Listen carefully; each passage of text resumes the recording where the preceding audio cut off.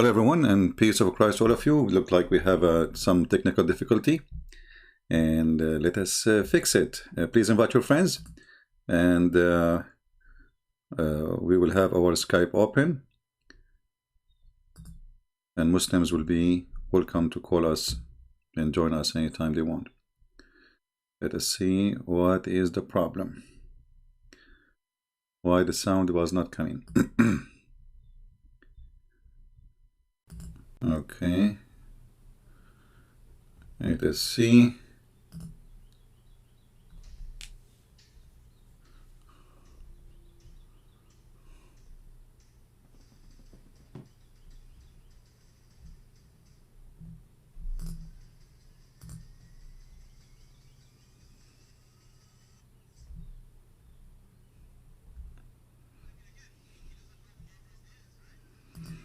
Look like the sound is working now, but we will see what is the problem really exactly.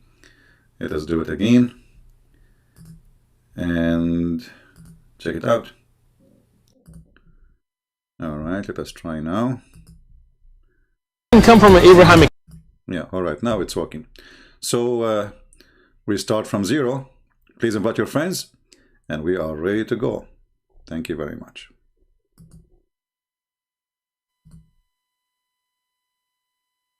What happened?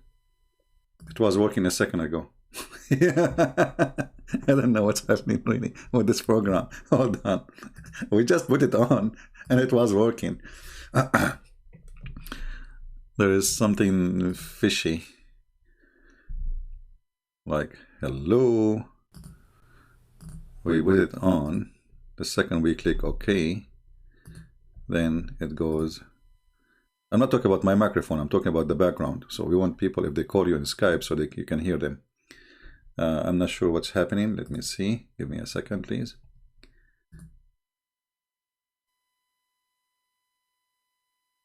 Yeah, something not right. And I don't want to restart my computer now. That will not be good. Let us go to the setting of the computer before we start taking calls. And again, our topic today is about if Allah is God or not, and all Muslims are welcome to share with us. Let us see the input, the output, headphone. Okay. Let us try now. No. No sound. Oh, now it's working. Okay.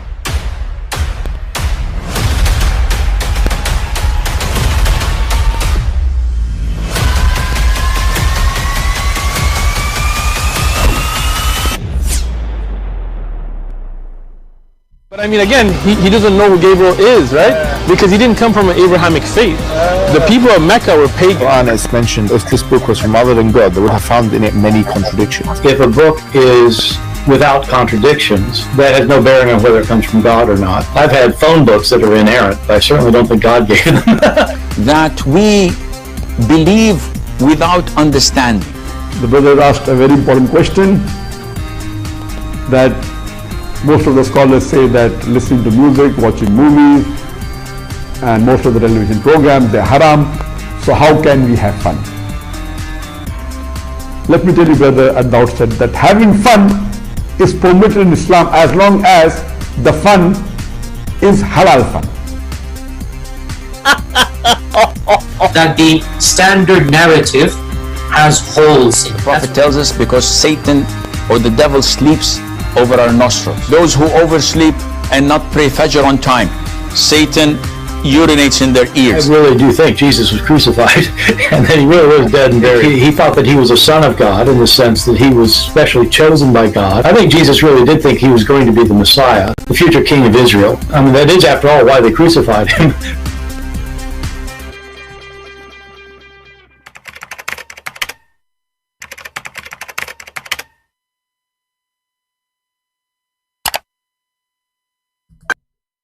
All right. So welcome everybody, and our Skype is open. We will not waste our time. If there is any Muslim would like to prove to us that Islam is from the true God, and Mohammedans, they really have God anyway, which I doubt that any Muslim can prove to us, feel free to call us. Our Skype is open, and we will be happy to hear you. You know, I saw many comments made by Mohammedans in the chat, and the comment is kind of funny. Like one of them says, let me try to open some of them. And please, as a reminder, don't forget to subscribe to the other account, Arabian Prophet, because soon we will start going live there, not here. And we will put this account for asleep for some time.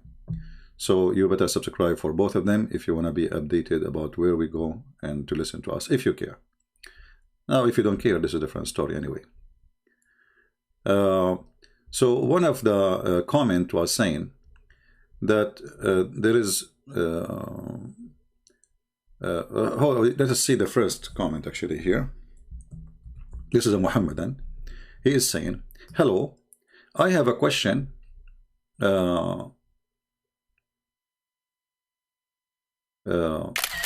us put it on the screen.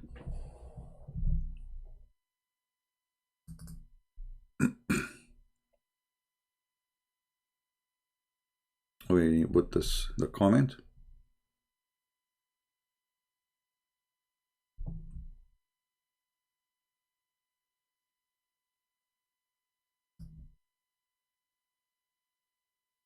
Hello, I have a question about Christianity.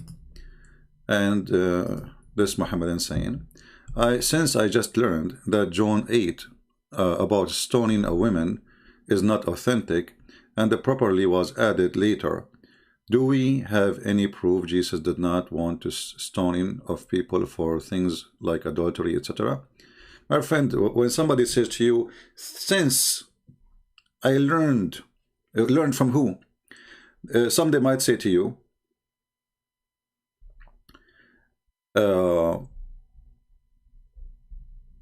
we could not find, like in the original manuscript, a manuscript supporting this verse, but doesn't mean it's not exist.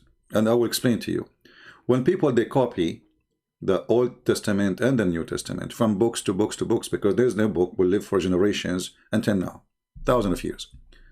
So in the old days, they used to write their books on papers. And remember, those Christians, they were very poor. They are not kings and queens. The first time the Christian, they have a book written in, let us say, in a good method, it was when kings became Christians, not when Christians, the poor ones, they are Christians. So what they copy is from what was in their hand at that time, and they put it in what, you know, like, let us say 300 years after, or whatever years. But why they want to keep the original? So what people, they say today, we did not find from the thousands of manuscript that verse, but doesn't mean that doesn't exist, because nobody even preserved them, and even hard even to preserve them, because they are made from papers. So this excuse of not finding the verse in manuscript, that is a funny false excuse, because who said that we have a book for the whole book is preserved from the old manuscript? We have manuscript, not a book. And the reason for that, why they want to keep it, like if now I copy my Bible, and I used to have it written by hand, and now today I have a printer, and the writing is so clear, easy to preserve, better papers, better preservation. Even I have a computer, so when I would have a book, I have a computer now. So books exist for a reason, and the reason is to carry on to generation. When those books or manuscript, there's no reason for them. There was no reason for them even to preserve it, because anyway, it's going not to be preserved for thousands of years. They are made from papers. If you leave if you put a book made of, especially in the old papers, you know, the ink will disappear. If the papers stay, even the ink will go. So when they copy what from what they have in their hand. So if we have at that now, what they copy from, that is a false excuse to say it doesn't exist. This is very silly and very stupid. Secondly, let us say for the sake of argument, all of John 8 does not exist. Nothing will change. And when you say it doesn't any proof that Jesus did not want to stone the women, well, did he stone any women? So people are silly, and I find them extremely silly, and they are low in IQ when they make such a claim. We go to the second comment.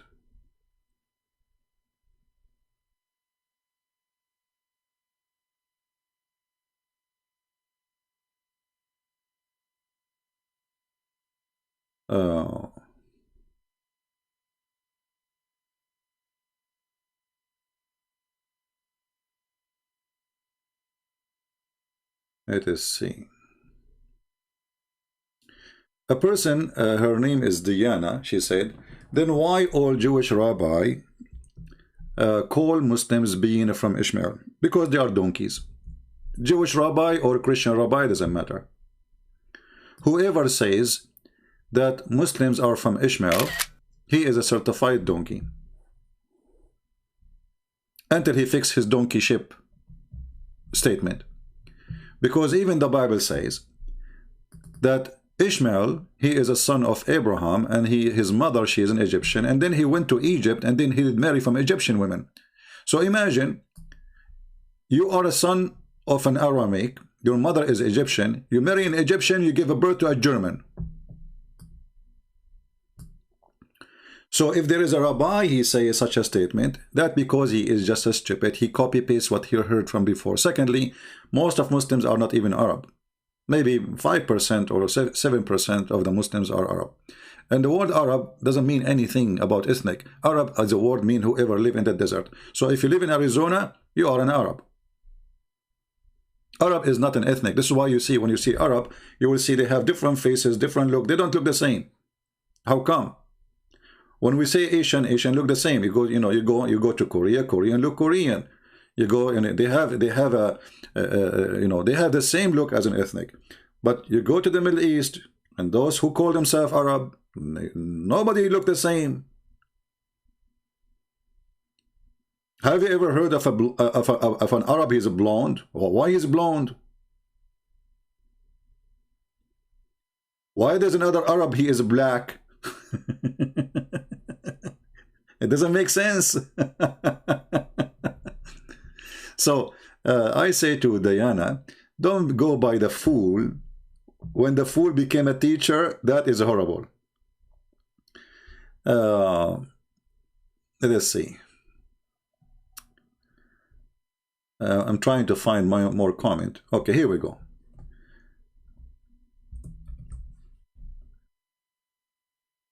The Quran says, this is Mr. Nazarun M.D. Isa. Mr. Nazarun, I invite you to call me, my friend, and we will have a nice conversation together. Look what he said. Quran says very clearly that there is only one God. I like it when Muslims says very clearly. That's the good thing, And Quran, my friend, at the same time, keeps saying we very clearly.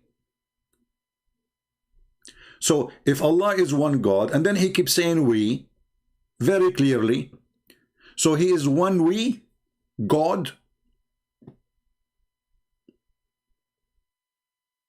It's a question I give to every Muslim. Why in the world somebody he is one God, he keep calling himself we? Yesterday we saw some answers, the most funny one. They say to us that because Allah, he wanted to be majestic. But this is a stupid. If it's God, he want to be majestic by using we, but this is a fake we. So Allah, he have to fake it to look nicer?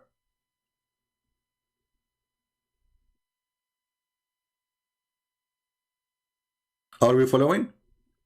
So Allah, the real one, God, he don't like himself to be the real one God. He like to be the we God, gods. Because it's more majestic. That's what you are saying to us. And then you say, there is no God but Allah. Okay, look how stupid this statement is. There is no God but Allah. But you just said there's no God. So if you are making exception The exception is stupid, because the exception from no God. If there is a God or there is no God.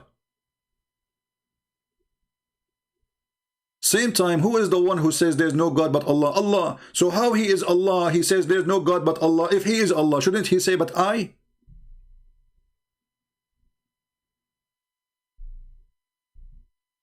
Do your God speak good Arabic? Or he is a guy from India, he came to work in Saudi Arabia, starts saying the word Sadiq. How are you doing, Sadiq? Okay, I'm doing Sadiq, good Sadiq. Sadiq, are you doing good, Sadiq? I'm doing Sadiq, Sadiq. Okay, Sadiq. How Sadiq? I'm Sadiq, you're Sadiq, everybody is Sadiq. Or maybe your God is coming from Turkey. Aman Rabbi Aman. Allah biyakur Rumman. So if this God, he speak good Arabic, then he should not use such a stupid language. Especially you just said that Allah very clearly, he say he's one. I mean, do you see how very clearly it is?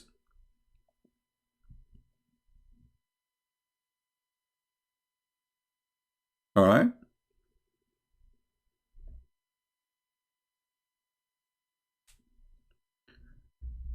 Do we have any Muhammadan would like to call me in Skype? My Skype is open, please feel free. Then we continue the topic. And my friend, don't tell me about other guy going live and he's talking to a Muslim. What I would do with them? First of all, Apostate Prophet, you know, he is a nice guy, but he's an atheist. And for us, you know, he don't count really as a person who want to teach people about God. He's an atheist. Secondly, everyone, he have his own way in argument. So if you like an argument of somebody, go listen to him. If you like to be here, stay here, and don't tell me there, you know, and there and here. I found that most of people who speak about Islam, they are good in making argument, but they are not good in debate. And that is telling me that they are very short in knowledge. Because you make a short video, make a good argument, but the second we start asking questions, you don't know what to say. We continue.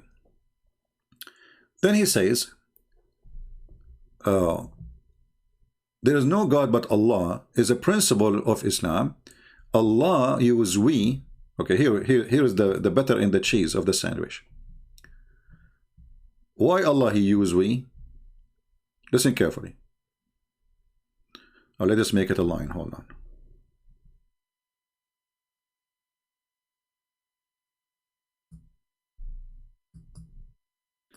Why Allah he use we? Read carefully, please. Allah use we cause to mention he is third person.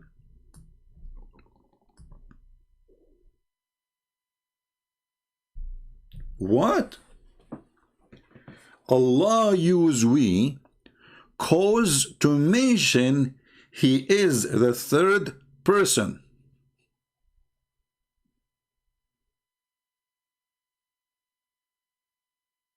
Any Muslim can help us?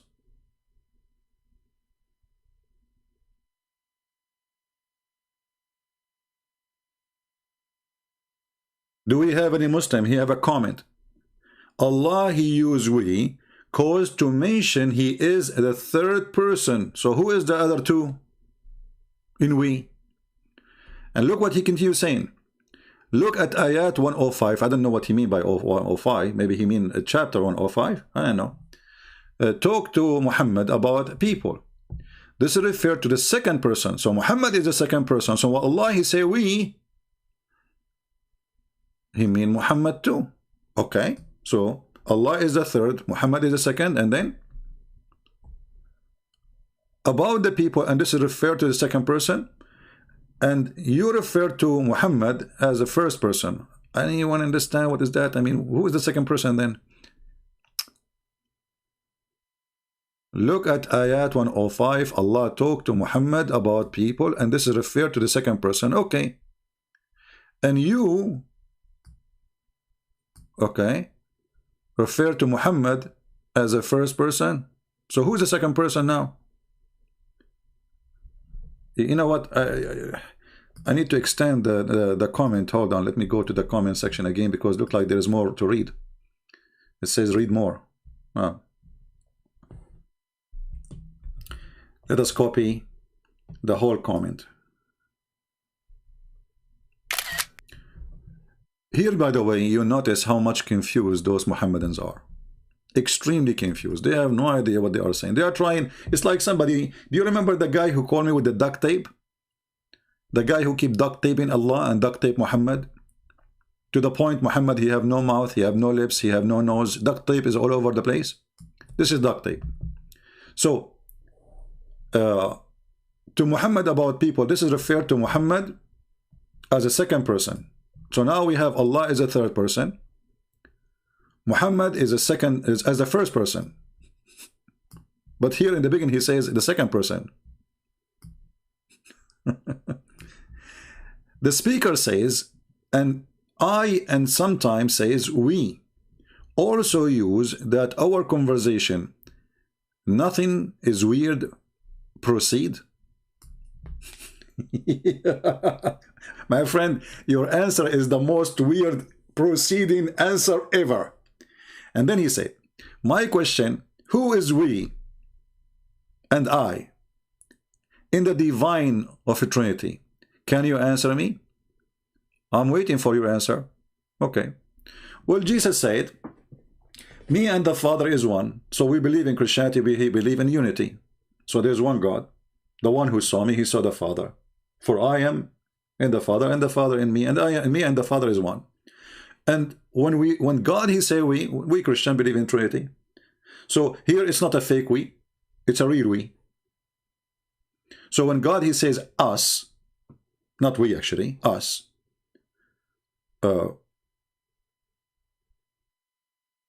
He is talking about God the Father, God the Son, God the Holy Spirit. You Muslims now trying to find a replacement for we, speaking about Allah, speaking as a third person. But why Allah need to speak about the third person if he is the first person? Is Allah weak in knowledge? Is Allah weak in language? Is Allah trying to copy the Arab so he can be respected by the language of the Arab? Is that how God he earned respect? By calling himself we?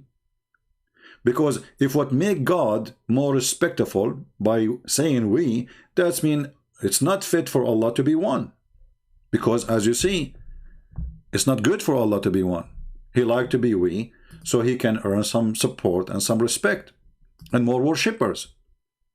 Look like if Allah is one, he is not going to be respected by the Arab.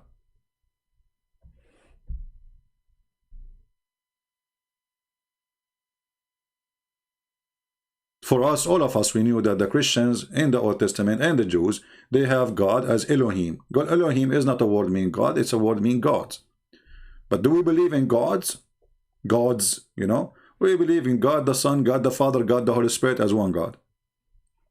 So for us, that will not be a problem. But for you, proving that Islam is a fiction and it's a collection of ideas and ideology, and Muhammad is so confused to make a God out of nothing.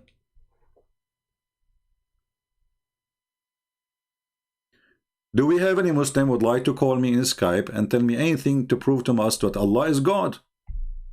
You see, in the beginning and the end, I don't care if Allah is 1 or 2 or 3 is 4. This is actually a very silly idea. You know, when the Muslim they speak about being proud that Allah is one, who care? He is one idiot. We have one like him in the White House. Your God Allah, the idiot, did not remember that he have a name. It's called Ar-Rahman until Muhammad became in the half of his mission. Suddenly Allah, he told Muhammad that my name is Ar-Rahman. So why Allah did not tell Muhammad my name is Ar-Rahman from the beginning? He forgot about it, and suddenly the name of Ar-Rahman appear everywhere. And then we open the Quran and we will find in the front of every chapter in the Quran, Bismillah ar-Rahman ar-Rahim. But your God did not tell Muhammad that his name is Ar-Rahman until Muhammad almost dead. Your God is the same as Joe Biden, he forget his names. And this is why the Arab, when Muhammad he starts saying, say Bismillah ar-Rahman ar-Rahim, they said to him, you know what? Look like Muhammad, he start worshipping other God. The only Rahman we know is Rahmanul Yamama, the one from the Yamama. He claimed to be a prophet and he claimed that he have the name of God. Muhammad, he heard that guy saying the word Rahman, he liked it, he put it in his book. And then Muhammad, to explain why he have it, If you read the verses in the Quran, you will die laughing. Let us go there. Do you like to die laughing or to stay alive? I don't want to die before Christmas. Come on. Let us go.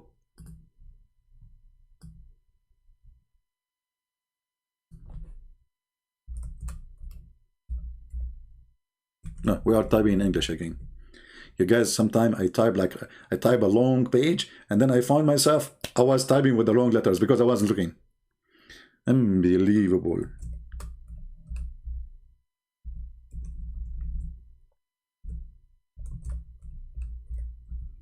Don't do that. All right.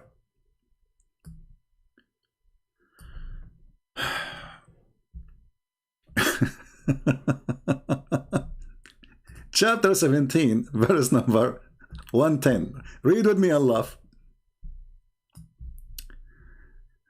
I want Muslims to explain to me how in the world this has happened. Say, call upon Allah or call upon Rahman by whatever name ye call upon him, for for him belong all the most beautiful names. Like, what the heck?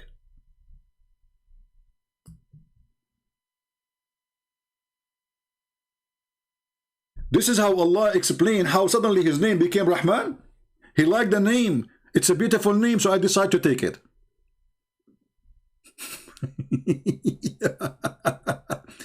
All a beautiful name belong to Allah. Hey, I see a woman there. Her name is Monica. Hey, Allah, do you like us to call you Monica? Be honest with me. Do you feel like to be a Monica today?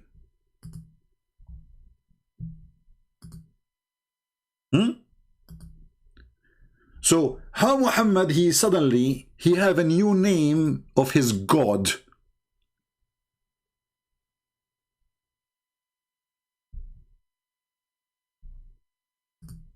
We have a Muslim supposedly trying to call us at the same.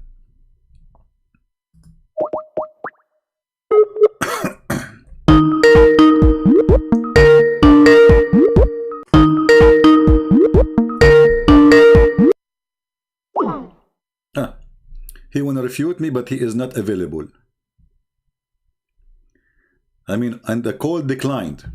I mean, this guy, call me CB, I can refute you. We called the guy, it says the call declined. Call me CB, I want to refute you, Mr. Omar. Hey Omar, what happened? Let's call you again.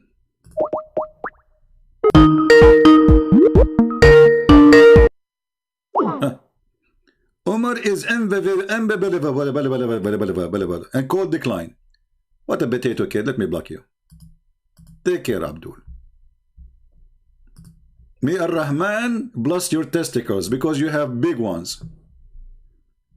To the point you don't dare even to take a call from me.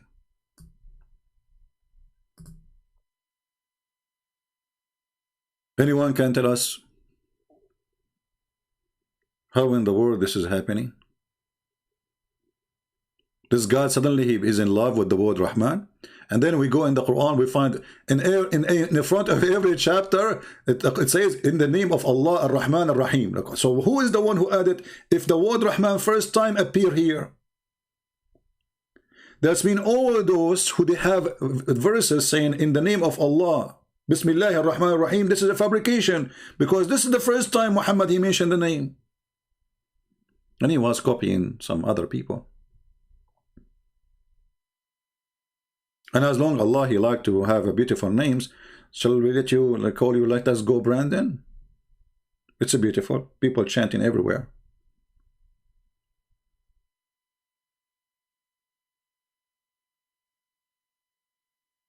Do we have any brave Muslim? He can make Allah survive from drowning. Allah is under the water and there's too many holes. And the water is going inside him left and right. Who's going to call us and use duct tape to stop the leak?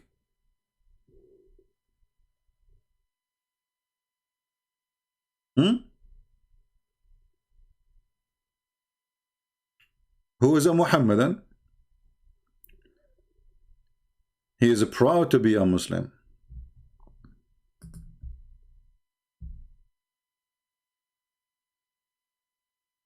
we have a Muslim here is giving us a very good argument. It's good argument for ducks in the ducks words. Just to show you how. This is a Muslim. He could not answer us about anything we say in Islam, so he decided to switch to the Monica mood. Sorry, Monica, I'm using your name. I stuck with it. ABS Dula saying, I like this as ABS. How can you say Mecca is a pagan while Christians stole Easter, Ostara, Christmas, Yule, and All Saints by Samahian? Abdul, in order to say we stole something from somebody, you have to say why, how, and how we stole it. Because the Easter present the new life with Jesus, and the Jewish, they have it before us, and it was about an occasion how God he saved the Jewish people. So when you say we stole it from somebody, and you mention to me stories have no connection whatsoever, proving to us that you are a stupid idiot. Secondly, the word Christmas. Do you see the name is called Christ Mass? So this is a day of Christ. How in the world we steal with someone, his name is Yuli? Say hello to Yuli, by the way. Because in that day, we don't mention anything about Mr. Yuli. We mention only Jesus the Christ, our Lord. That he come to the earth to save us. Stupidity is amazing. By the way, don't forget to say hello to Yuli. I miss him. He used to work as a driver for me. How is Yuli doing, by the way? I had not seen him for long.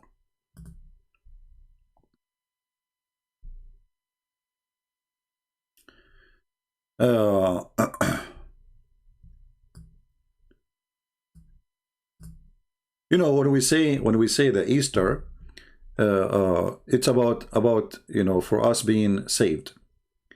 The Jews, they celebrate about being saved too, but not saved from, let us say, to go to heaven, but about saved from killing, from torture, from slavery, from humiliation, from.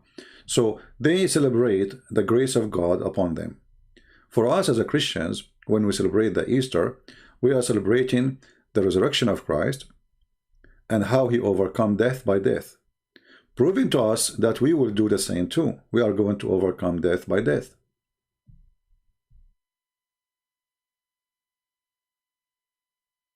Do we have any Muhammadan? Who is a Muhammadan? Please, people, refrain from using silly words in the chat because YouTube will block your text anyway. So don't use the certain words, Don't be rude, and no need to just, if you want to make a word, even to speak about Muhammad, say it for a reason, to convince somebody, not just to insult. Do we have any Muhammadan would like to show us any proof that Allah is God?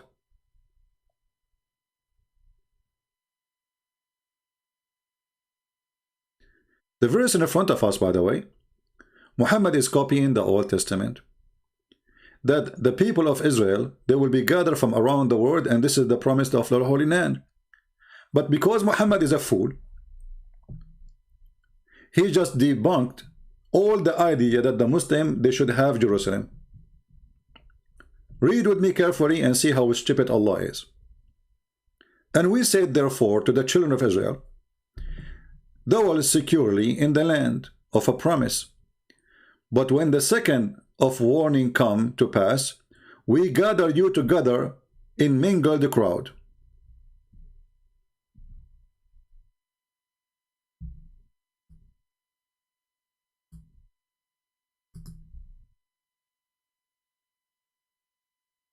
Right?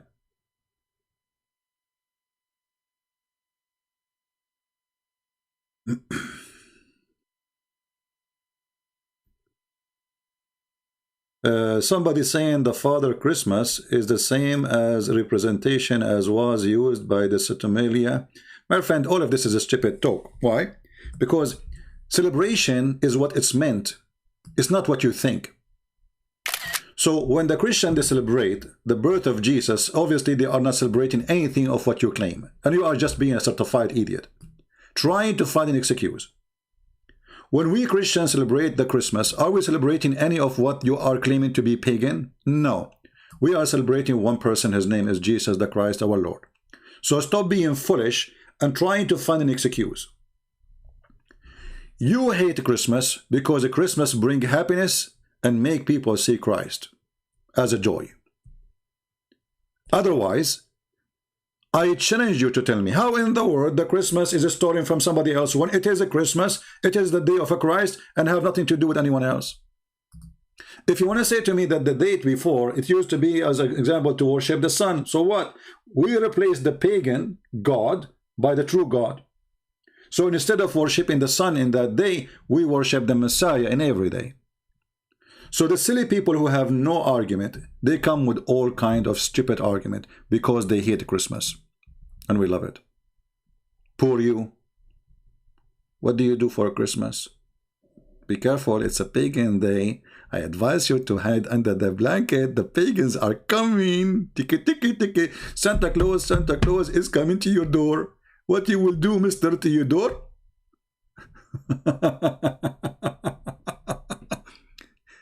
Always remember one thing. Let us say one day we were able to convert all the Muslims in Mecca. I pray for that. And then we decide to make the pagan Kaaba a church. Are you going to say to me that this is a pagan place? We will laugh at you.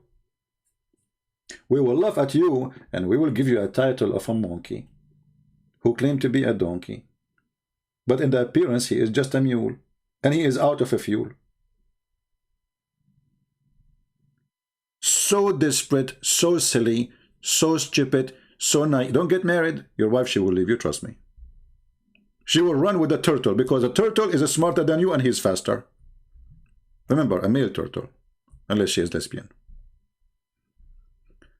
Do we have any Muhammadan want to say something to us? Anyone?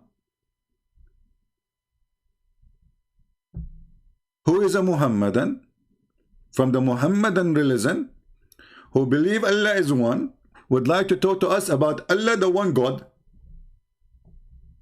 There's no Muslims. Shall I call Zakir Naik? Taradam, taradam. Taradam, taradam. Taradam, taradam. Taradam, taradam. He's not answering, sorry guys. I mean, that will take forever. Taradam, taradam. Taradam. Like what? Hey, Zakir Naik, come on. There's another place. We are not going to spend the day making tararam, tararam. That's not nice. I mean, come on. Zakir Naik, say something. Something.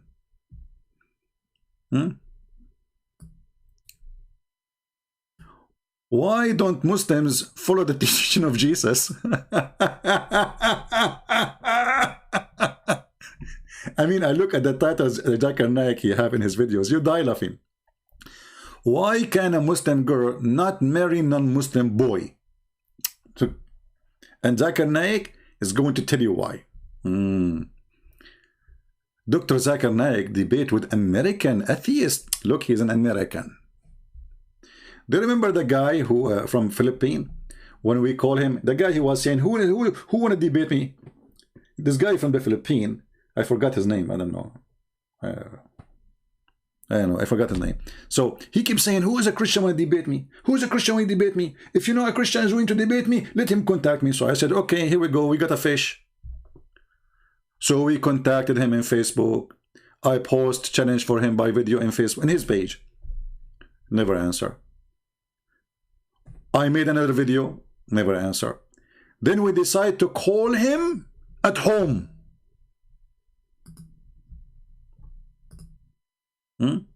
They called him. I don't call people, by the way. One of those who they are watching, he said, let me call him. He lives in the Philippines. Anyone remember his name? I forgot his name. Because we can search for his video. The guy, he said to me, I debated real American. You are not a real American. You have accent. In the sun, yeah. In the sun.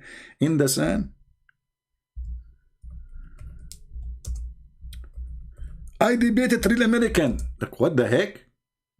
So what? So what? A real American. Like, what?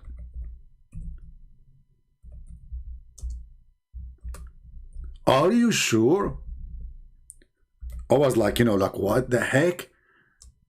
He debated real American? What? Brother, you debated real American? That's deep. That is truly deep.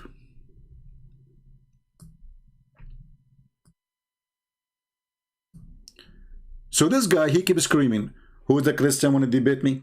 I challenge all Christians to debate me. Who dare to debate me? Can you debate me? Then Christian Prince, he called him to debate him. Then what he do? You want to hear what he did? Let me play some of it for you. Hello everyone. Oh, this is not the original video. Hold on. Let us see the original video. Where is the original video? Oh, hold on. The seed and the sun.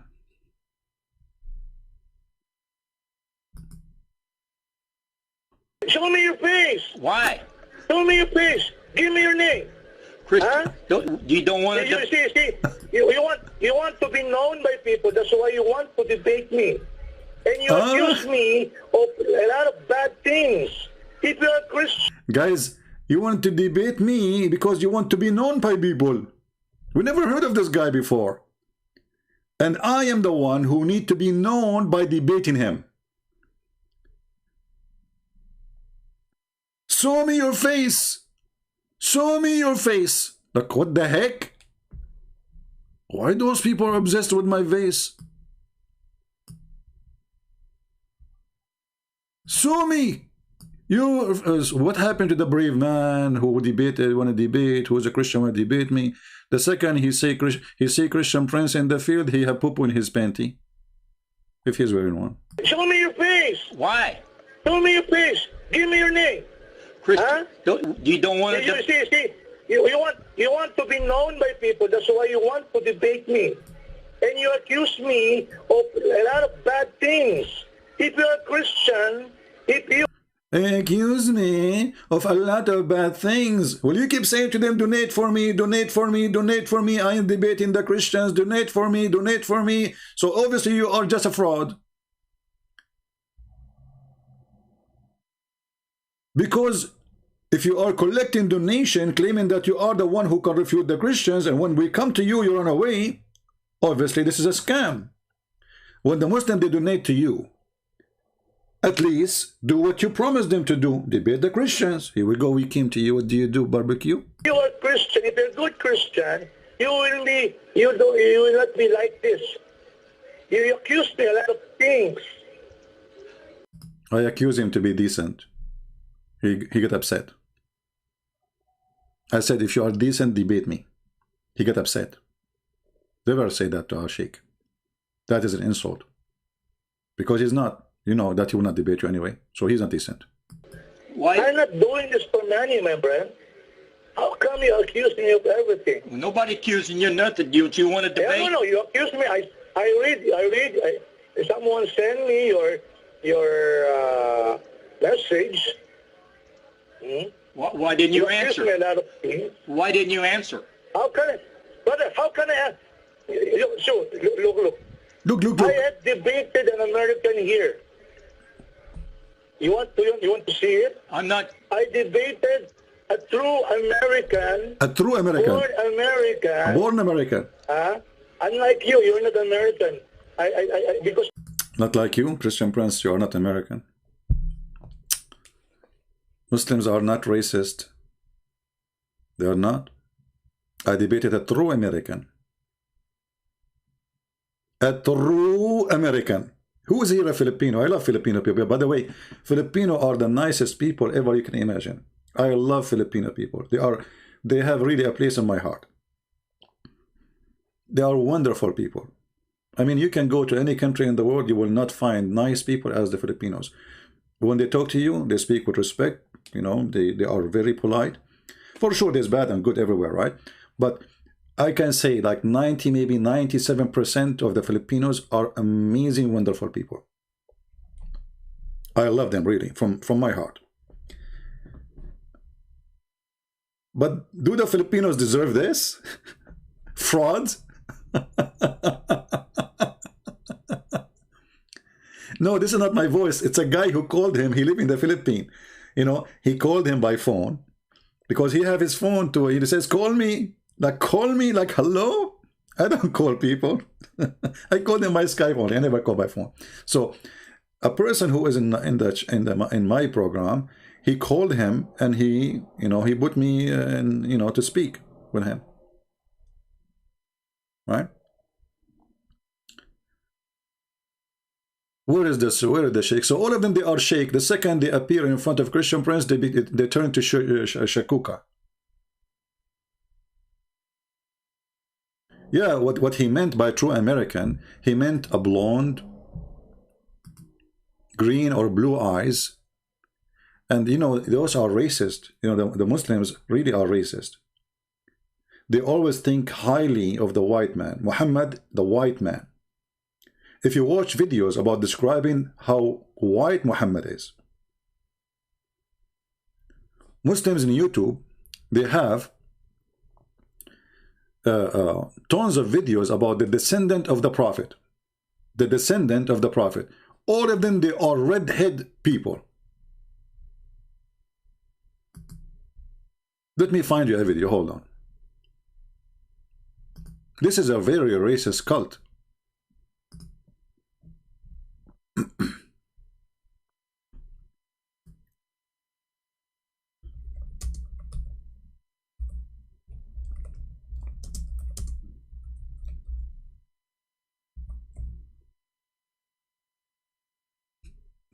Guys, look at this. The descendant of a Prophet Muhammad. Take a look. Extreme red head white people. They are not only white, they are extreme white to the... Are you taking a shower with the Clorox? I mean, they are out of color, totally. Those are the descendants of Prophet Muhammad.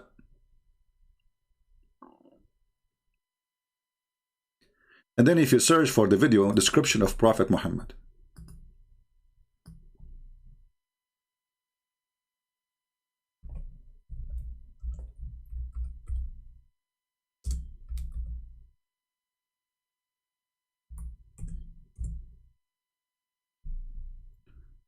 brother, are you ready?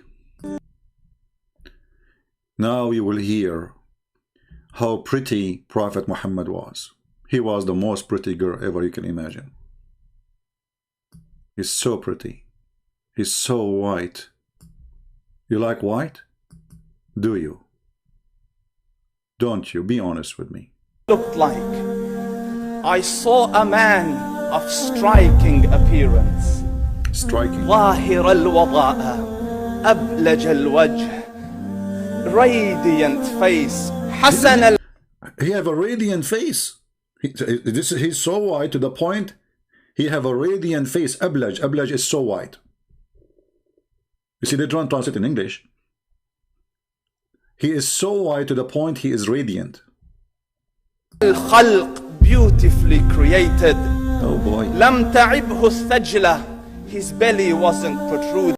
I love the belly. Tell us about the belly of the Prophet. What happened to the belly? His belly wasn't protruding. Like what? لم تعبه الثجلة. His belly wasn't الثجلة. His belly wasn't protruding.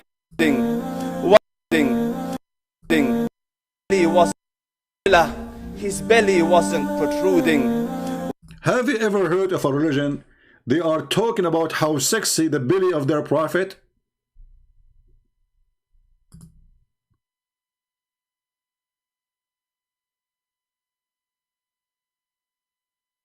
Your Prophet belly was so beautiful. I'm really thinking to convert to Islam now. Is that your Prophet, the belly, the cable guy? his belly.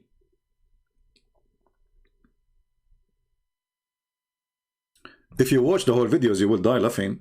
So I'm going to save you from dying many times. I will move a little bit to show you how things get even so hot. So if you are like from San Francisco or something, I advise you not to watch this because you will get so excited. All right, be careful. You know, I mean, just warning, disclaimer. And then the Prophet Muhammad. What happened when Prophet Muhammad, the white man, appeared at night? Do you know what happened? You will not believe it. Rasulullah. Anas ibn Malik says, he says, I came out one night, I came out one night, it was the full moon night. Yeah. Look, the guy, he is so emotional, he cannot even continue talking. Because now he's talking about how sexy Muhammad is. Did you notice how, like, I don't know what to say. Look at this movement, look at this movement. No, do it again. Do it again, please. Oh, please don't stop. No, the word is not coming. Like, squeeze it, man. And the background, the music is hilarious. Please don't stop. No way. This is what happened just to tell the story. Like, he's out of words. He opened his mouth, but the word is not coming. Unbelievable. Alhamdulillah. Do you think it's going to come today or next year? Please, can you try again? Okay, look at me. Look at me. Hold on. Look at me. Focus. Focus. It's coming. It is. Okay. No. Just look here. Okay, look. Okay, now. Look at my finger. Not the middle finger. No. Here. Okay, now you go. You can make it. And I looked. Finally, Alhamdulillah, finally, he was able to say, I looked. It took me a surgery.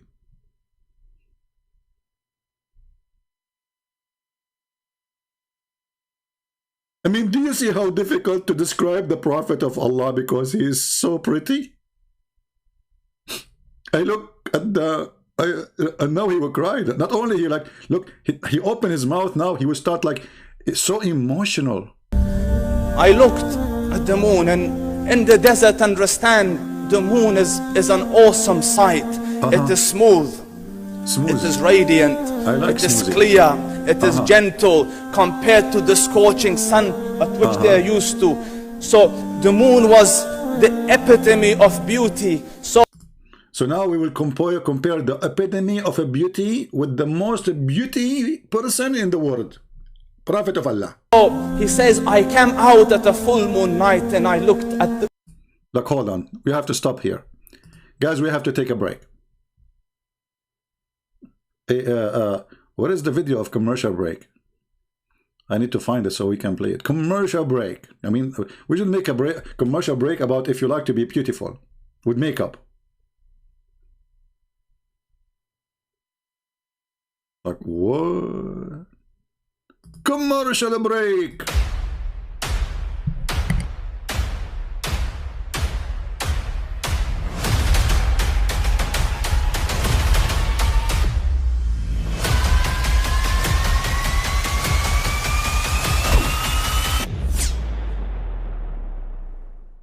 But I mean, again, he doesn't know who Gabriel is, right? Because he didn't come from an Abrahamic faith. The people of Mecca were pagan. Quran has mentioned if this book was from other than God, they would have found in it many contradictions. If a book is without contradictions, that has no bearing on whether it comes from God or not. I've had phone books that are inerrant, but I certainly don't think God gave them. That we believe without understanding. The brother asked a very important question, that most of the scholars say that listening to music, watching movies, and most of the television programs, they're haram. So how can we have fun? Let me tell you, brother, at the outset, that having fun is permitted in Islam as long as the fun is halal fun. Exactly, brother. Halal fun. How we can have halal fun? By looking at the moon and looking at the Prophet. Looking at the moon and looking at the Prophet. He says, I came out at a full moon night and I looked at the moon and I saw it, beautiful, handsome. So I said, let me go see if the moon is more handsome or my Prophet is more handsome. Let me see if that is more beautiful or the Prophet is more beautiful. So I went and I saw him standing afar. So I looked at his face and I looked at the moon. I saw him standing afar. So I looked at his face and I looked at the moon and I looked at his face. So I looked at his face and I looked at the moon and I looked at his face and I looked at the moon and I looked at his face and I looked at the moon. So I looked at his face and I looked at the moon and I looked at his face and I looked at the moon. So I looked at his face and I looked at the moon and I looked at... Question, please. Why he looked at his face, not at his ass? I mean, obviously the one who is making description, he liked men. So it doesn't make sense that he is focusing in the face only. Are you hiding some information from us? The guy, he is walking in the middle of the night and the moon is there and Muhammad is there. So I look at the moon, I look at his face, I look at his moon, I look at the face, I look at the moon, I look at the face. And I looked at the moon and I looked at his face and so I looked at his face. So I looked at his face. So I looked at his... Hold on, I'm trying to say where you are looking right now. It doesn't look like you are looking at the face because you were looking down. I got you busted. Muslims look at his eyes. If he was looking at the face of Muhammad, why is looking down? It's a clear evidence he was looking at something, saying something else. Not at the more face. Beautiful or the Prophet is more beautiful. So I went... The Prophet is more beautiful for sure. Are you kidding me? This is how stupid this cult is. They worship a man and they talk about how beautiful he is. And by the way, all this description, who guarantee that all description is true? I mean, all of those things is made up 300 years after Muhammad died. I look at his face, I look at his hands, I look at his face, I look at his arms, I look at his face, I look at his belly. And I saw him standing afar. So I looked at... How he's so far and he was able to look at his face in the middle of the night. But man, the Prophet was so shining on radiation. Nuclear. Nuclear. As you see, this is a very pagan religion. They worship a man, they replace God by a man, his name is Muhammad. Actually, the name Muhammad means the praised one. So the purpose of Islam to exist, to replace worshipping the true God and to worship a man, his name is Muhammad, which is not a true name, his real name is Qatham. So he changed his name for the sake of being God in earth. He is Satan, he is Lucifer, the devil. And to prove that everything Muhammad did was an act of Lucifer. From child assault, raping children, raping women, even taking his own son wife, even making verses in the Quran that any woman she can give herself to the Prophet so he can F her. To the point even he gave himself a privilege, and that was all a privilege for Muhammad only, that if his eyes fall into a woman, her husband must divorce her so the Prophet can F her. Is that an act of a prophet or an act of Lucifer?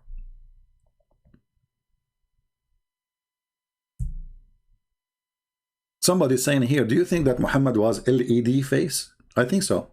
I think was very strong LED, to be honest with you. A lot of lemon, a lot of lemon stuff, you know, whatever they say. Do we have any Muhammadan? He have any idea why he is worshipping Islam?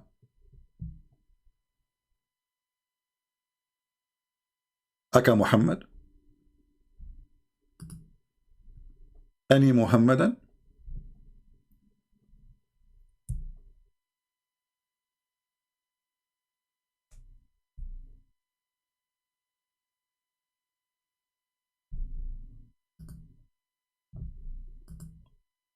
Any half one?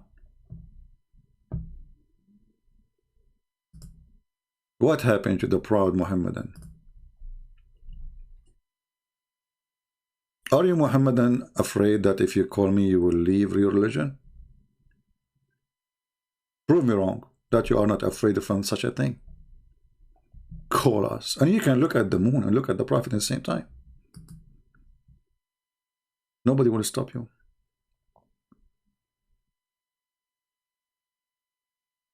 Bani Muhammadan, Mayday, Mayday, Mayday. So, from a guy who want to debate a Christian prince, he debate real American, to a guy speaking about the belly of the Prophet and his belly bomb, by the way. I mean, they have a lot of description, but the belly bomb of the Prophet was so beautiful, brother.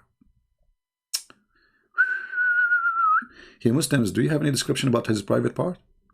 Come on, be honest with me. I mean, the one who speak about the belly bomb, he go down a little bit. Hello? Hello? I debated real American, true American.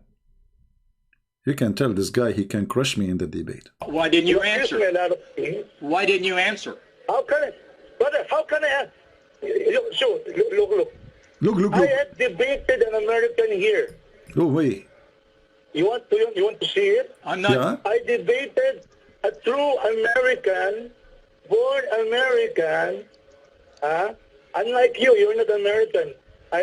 Because you have an accent.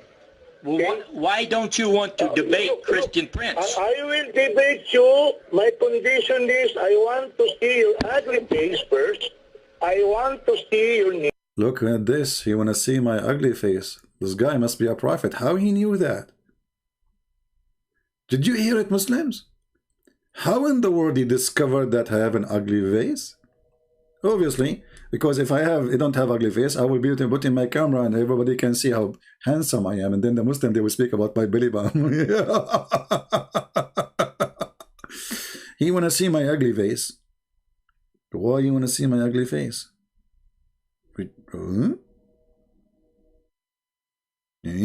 Sound fishy for me. Are you going to debate me or you want to see my ugly face? Okay, tell us more. I want to know your name. We will arrange everything. I debated there are at least 3 times I have experience in Paltok. Okay? Okay. But we are speaking to you in the phone. What Paltok? I mean, we call you in the phone. Here we go. This is start. So what those potatoes, Abdul, they start now debating about how to debate, but they will not debate. And they refuse at the end to debate anyway. We are calling him by phone. It's not a Paltok no more. So they will not do it. Who is here a Filipino? If you are a Filipino and you are listening, you can call all your sheikhs in the Philippines, tell them shame on you not to debate Christian prince.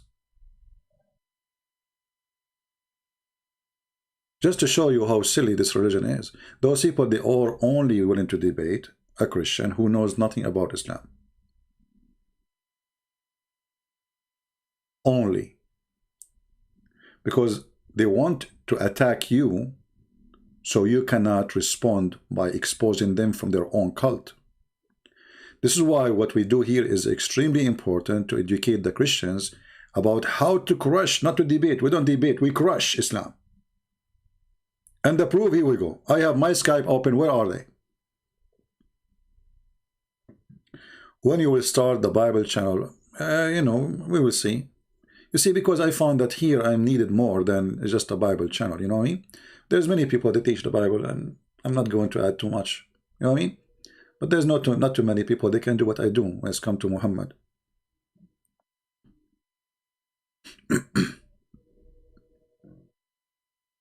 Do we have any Filipinos here? If you are a Filipino, call the sheikhs in the Philippines and tell them, you know what? I have an offer for the sheikh in the Philippines.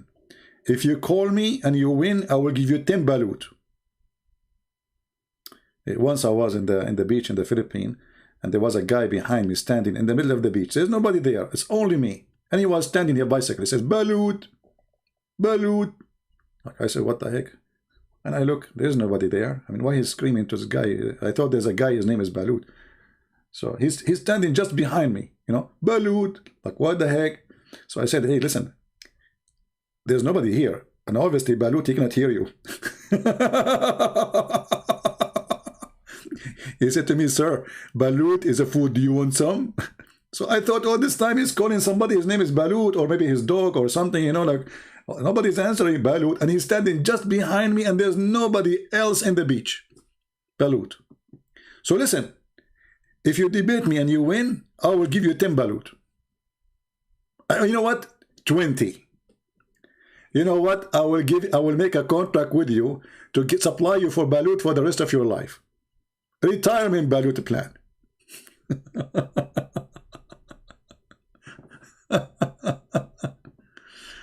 Oh boy. Do we have any Abdul? Anyone? Nobody? Nobody want to have a balloon? What the heck? We are out of tricks. We're trying all the tricks. Let us see this guy, if he is decent. Hello? You Muslim women are full of AIDS. Hey, now I wanted to...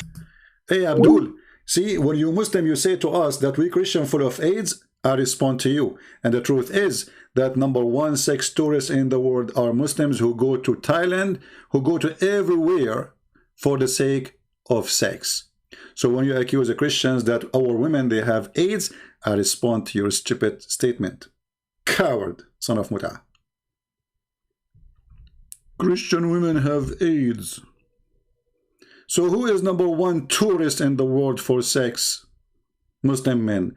And what Muslim men they bring with them when they go home? AIDS. And they will give it to who? To Muslim women. So when your sister, she say, Christian Prince, you are single because all women, Christian women, they have AIDS.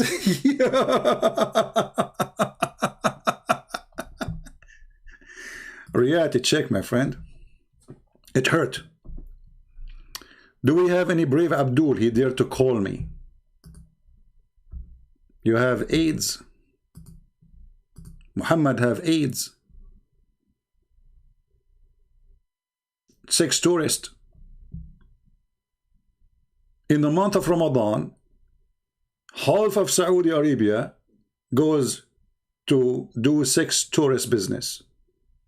It is the truth. And what they bring with them home? AIDS. There's no sex tourist in the world can beat the cult of Muhammad. According to Fox News, which is according to Google, Pakistan should not be called Pakistan, should be called Pornistan. Why? Because it is #1 country in the world.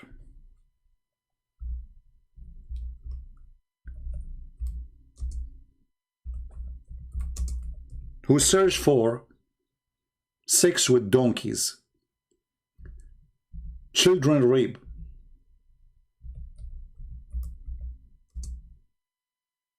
Let us show you.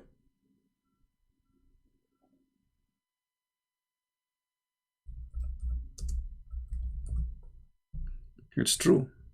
This is how much obsessed with sex you are.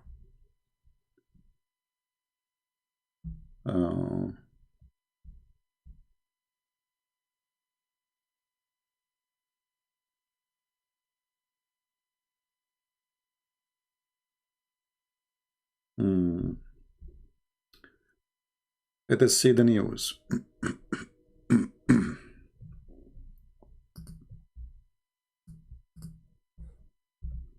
You brought this to yourself. Pakistan porn search top 1 Google.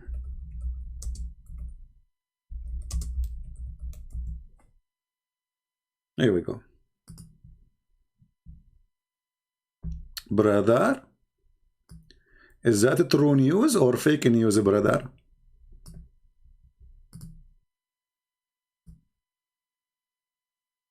So what if we send those Abduls who they are searching #1 people in the world who search for sex with goats? What if we send them to a country have a freedom? What they would do? Read #1 nation in sexy web search. Call it Pornistan. Call it what? porn stan. And what porn stan will bring? AIDS stan.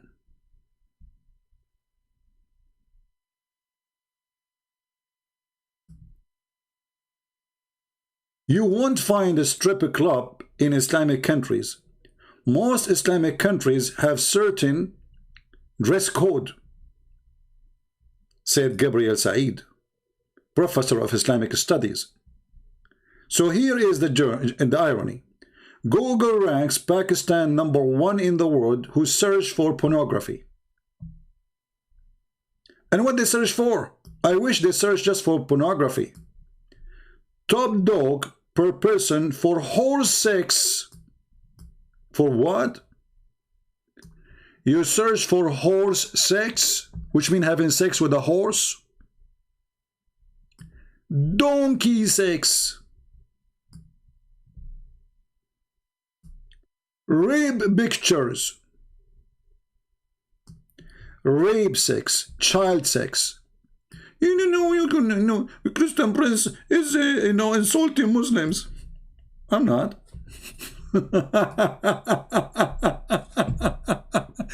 So did Islam make you a better person, or you became a sex addict and you go to other countries just to have sex and bring AIDS with you? It's the truth. So when you say to Christian Prince, Christian women, they have AIDS, we laugh at your statement and we prove the opposite. Live with it. Followers of the Mut'a Prophet. And by the way, if there's any proof that Muhammad himself did not die from AIDS, let me make it simple for you. Muhammad in the end of his life was really sick for a long time. Very long time. Now, the hadith says that Muhammad, he died because of a poison. Right? This is what the hadith is saying.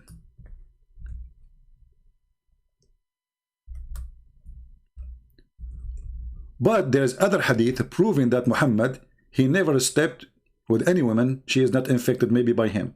How we can prove that? Read carefully. Let us find the hadith.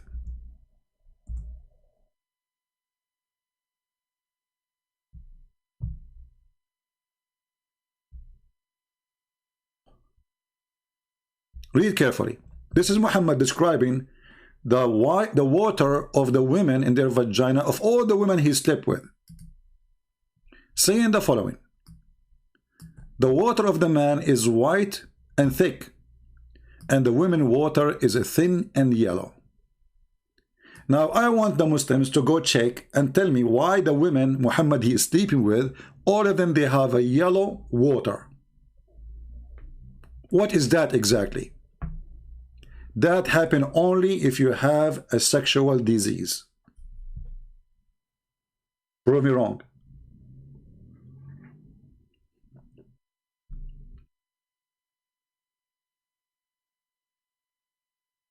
Any Abdul?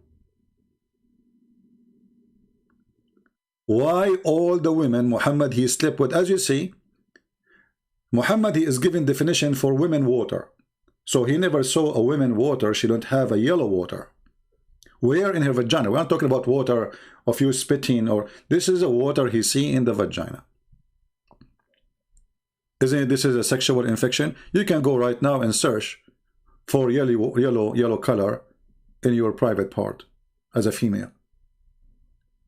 And you will see that this is sexual infection. And if the women she have it, that means Muhammad he have it. Correct, guys? If those women who Muhammad he sleep with, they have it, that means Muhammad he have it. Because simply sexual infection will happen for both. The one who slept with and the other one who is a partner.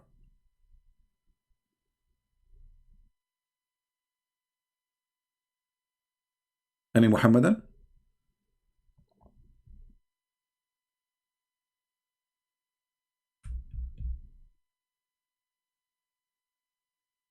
So why you get upset for saying the truth? So you accuse us with things, we got you busted, and you go cry, Christian Prince is saying this, I say that as a response for your stupid assault in Christian women. And look at you, here we go, you're a prophet, all his wives, they have either STD or whatever STD, AIDS, I don't know. What they have. And obviously Muhammad you have it too, because he's sleeping with them. And look how smart the prophet is. And Muhammad, he continues saying, Muhammad is a person, he can't stop making poo-poo from his mouth. And then when he say, the water of the man is thick and white, and the women water is thin and yellow, whichever of them comes first, the child will resemble the parents. Isn't it, this is so deep?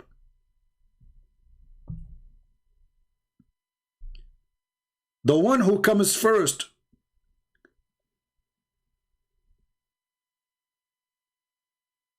he decide how the baby look like, boy or a girl. That's so deep. Hey Muslims, why you don't make a video about this? As I know that all Muslim women, they never come first, because they never come, and we can prove it. Let us go to the hadith. Do Muslim women even have a cum?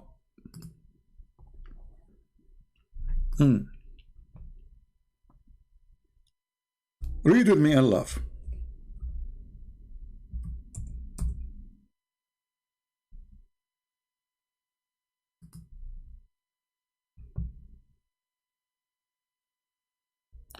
This is the wife of Muhammad herself. She was shocked when Muhammad, he said to a woman, and obviously this woman, she is a whore.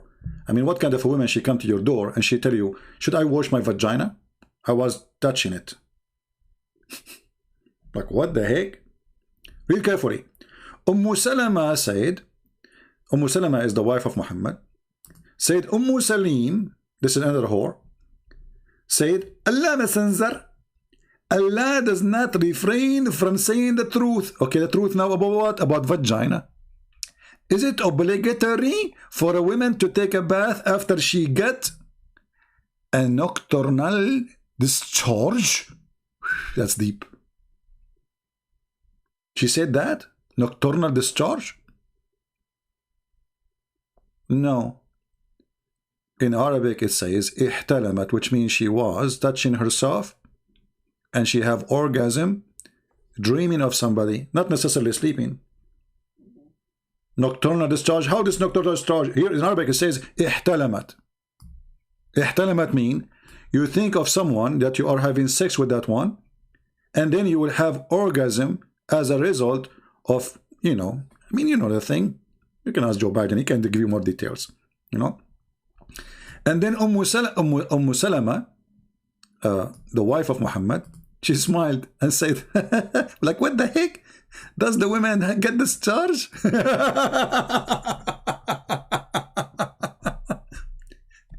This is the wife of Muhammad. She never had discharge. Look like the belly of Muhammad did not make her excited. Hey Muslims, why the wife of Muhammad never had discharge? Was Muhammad doing it right in the bed? She never. And she is the wife of Muhammad.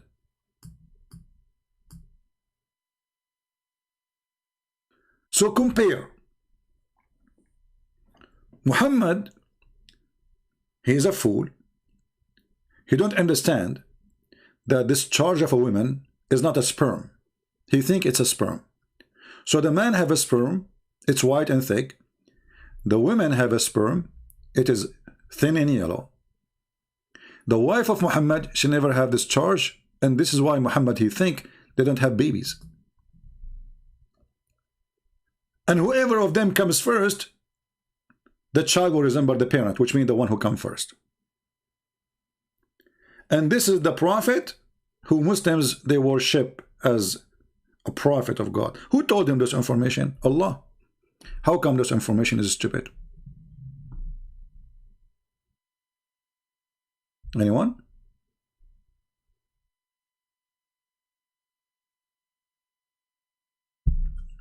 Any Abdul? By the way, I was worried that if I get married ever, then I will have a son and he will look like me. That's horrible. You know, I mean, my son will hate me, to be for sure. So now I will use the advice of a prophet of Allah. I will never come first. I will more condescend with my wife. He says, you come first. She said, no, you come first. I said, no, you come first. No, you come first. You know, Middle Eastern, they have a tradition. Like you go to a house of somebody, or two Middle Eastern men, they want to enter a door of a hotel. They will spend 2 hours saying, no, no, you go first. No, no, no, no, no, you go first. I swear by Allah, you go first. Brother, don't swear, you go first. I'm telling you, you have to go first. No, no, no, no, no, no, you have to go first. And there's 20 people waiting for them to finally get in. And they do that in the bus, they do that in the taxi, they do that in the... No, no, no, no, no, you have to get in first. A'udhu billah, you have to come in first. So, are you going to do that with your wife? Hey, my wife, you come first. No, honey, you come first. You idiot. If I come first, the baby will look like me. Do you want your son to look like me? Honey, I love you. I don't care. You look like you or not. Still, I love him. Like, don't be stupid. Don't be stupid. Don't. You have to come first. Honey, I'm not going to do it. You come first. I swear by Allah, you come first. This, you know what? You and me, we come together. That will make the son is half ugly, half good looking. Hey, Muhammad, what if they come together at the same time? What will happen then?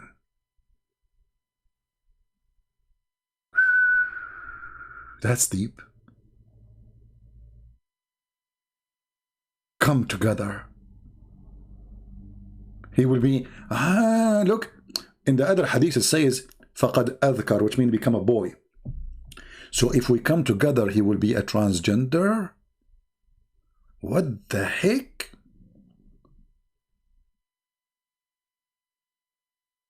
Like he's half girl, half female?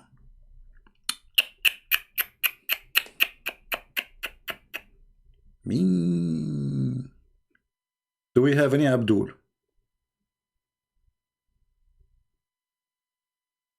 Anyone? Now you can have an idea why they don't dare to debate me, because they will be crushed literally. Literally, they will be crushed. My Skype is open. If you are a Muslim who have a long beard, I prefer long beard because I want to dry my hands. I mean, we are talking about coming for the last 10 hours. Coming first, coming second, and you know, what a religion. Any Muslim?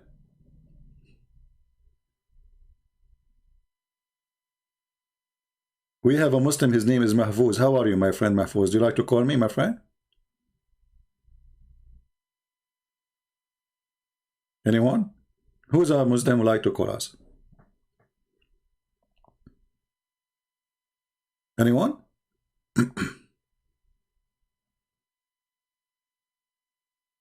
And the funny, you know, sometimes Christian, they say to me, I mean, when you speak about Islam, it's so dirty. So what I would do, I mean, okay, what I would do, Islam is dirty.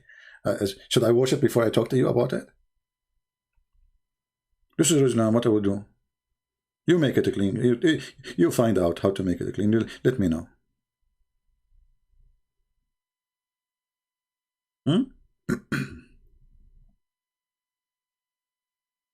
Do we have any Muhammadan would like to call me?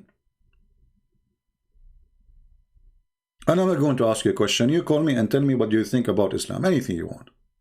Forget about what you see on the screen. It's very dirty, man.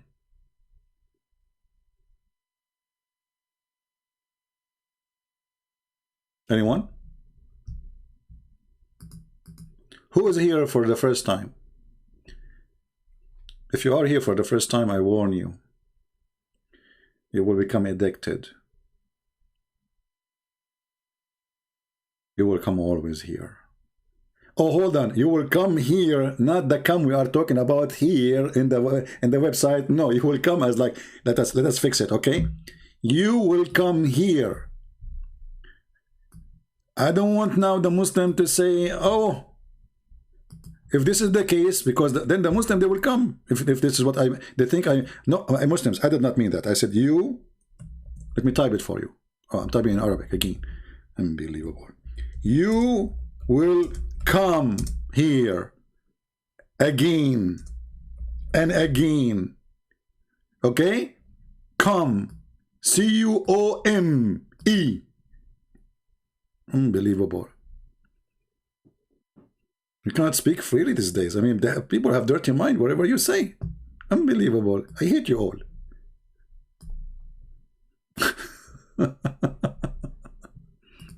Any Abdul?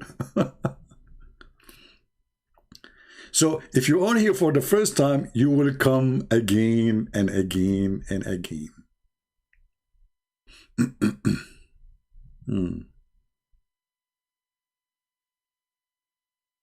Any Abdul?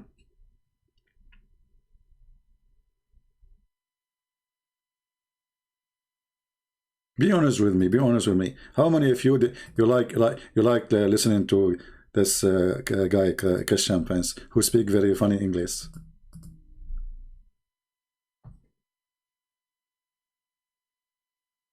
Any Muslim? Okay, let us go to the Quran then. As long as there's no Muslims to to talk to us. Yesterday we spoke about Mr. We, he. So Allah always in the Quran, He keeps saying we. But Allah is not we, Allah is He. But if Allah is He, so who is Allah? I mean, if I keep saying it is He, who is the one who's talking then?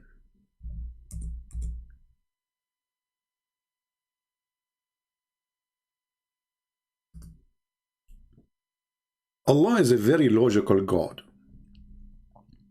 He say, if ye are in doubt in what we have revealed from time to time to our servant. I love it when it says from time to time. What is that? From time to time? Doesn't continue?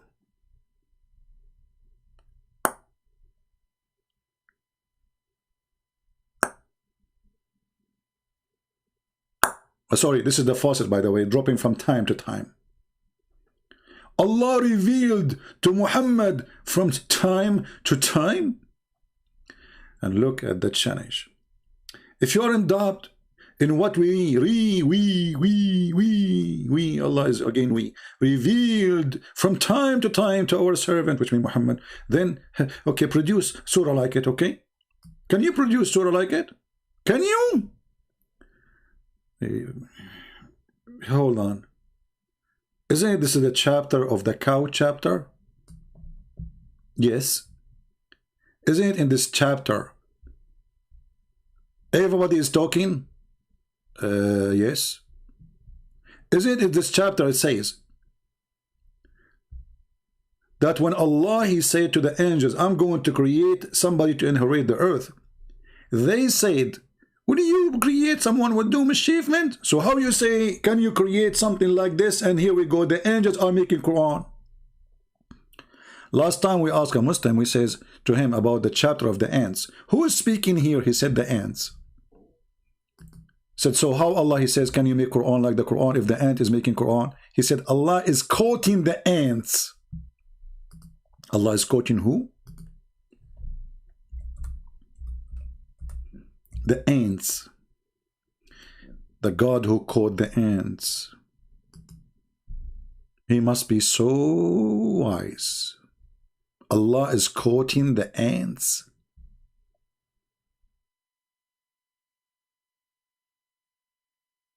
So the ant is making Quran. It turned to be that even ants can make Quran. And a chicken can make Quran. And Solomon is making Quran, because all this conversation is conversation between Mr. Solomon and Mrs. Ant. Not aunties, ant, the insect ant. Like, hello. This is the chapter name, is the chapter of the ant. But those people in the world today, they do not know what ants, because they live in apartments. They don't have ants. Let us try to explain to them with pictures. Okay? So we will try to show them how ants look like for real, for first time ever in their life. Because this is what happened to Solomon. He never saw an ant until he arrived to the valley of the ants. Because at that time, brother, ants, they live only in the valley of the ants. They have independent state of ants. Oh boy.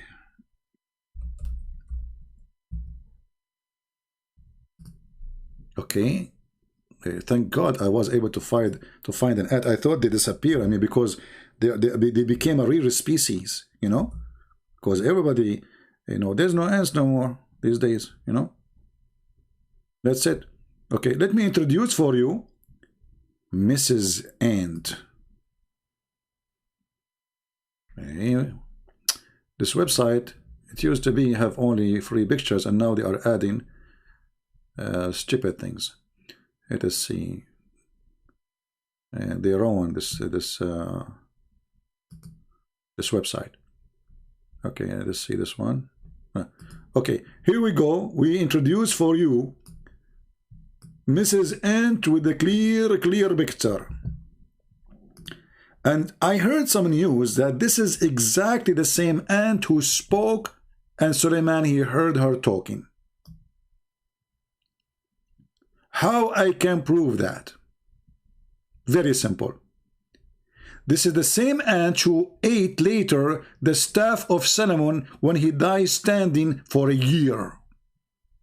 Look, she is eating the staff of Solomon.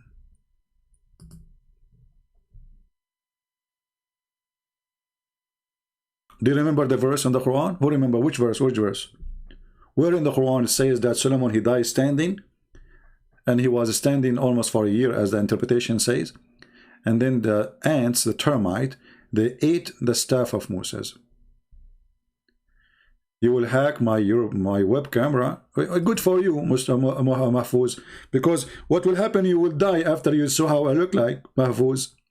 That's deep. Guys, Mahfouz is he's going to hack my web camera, and he will expose it to people of Iraq. Mahfouz, potato, I don't even have a web camera in my computer, you stupid donkey. I mean, how you can do that? Oh, you must be a prophet of Allah. However, Mahfouz, you hack my webcam, you expose my face to Iraq, to Afghanistan, to Pakistan, still your God Allah is quoting an ant. Deal with it. Potato, potato, potato. Get lost, baby. Let your mom talk to me, or your dad. I want an adult. I'm going to hack your web camera, and I'm going to post your pictures of everybody, okay? Do you know what will happen if you do that? You cannot imagine how many Muslim girls will be contacting me. Once I received an email from a Muslim woman, she was really upset. I mean, extremely upset. She said to me, so what if your voice is so sexy? I hate you, I hate you, I hate you. I mean, I was like, what? This is a lot of hate, man. So imagine if you put the voice next to the picture. Oh boy. Mahfouz, don't do that. Mahfouz, come on, for the safety of your sisters. Security, security, Mahfouz. Do we have any Abdul?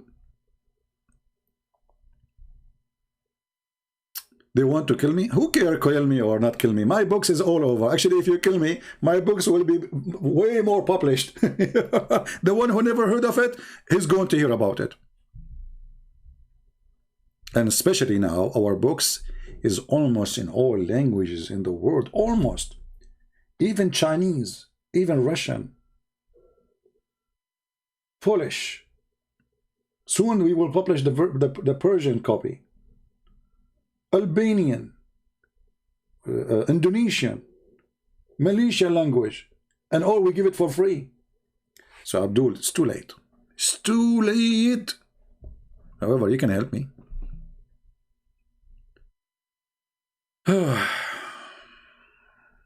Do we have any Abdul?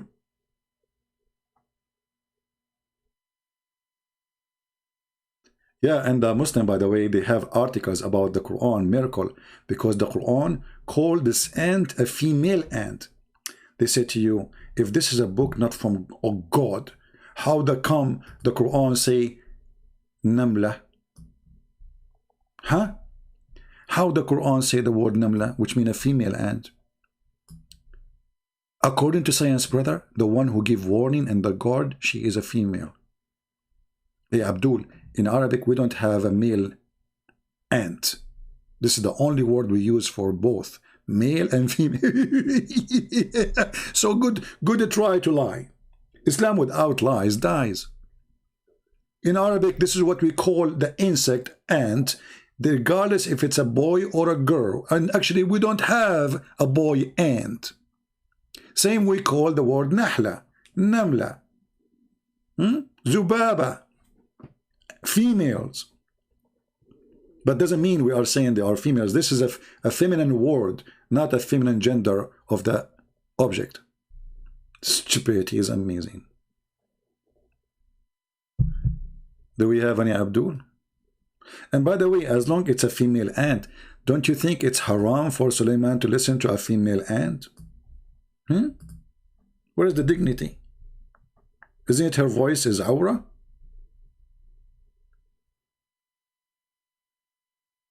And then Suleiman, he heard the speech of the ant, but according to science, ants don't talk. They are deaf, they are mute. So how he heard her speech? What speech?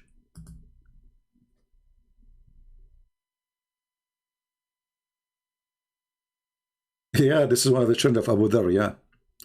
Oh, hold on. You know, the Muslim, they have other miracle in the fabrication of science. The Quran says the word dharra.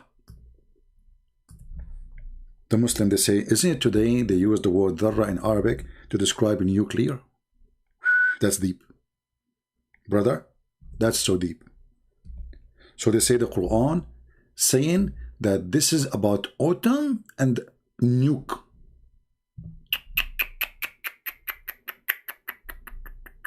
Mean.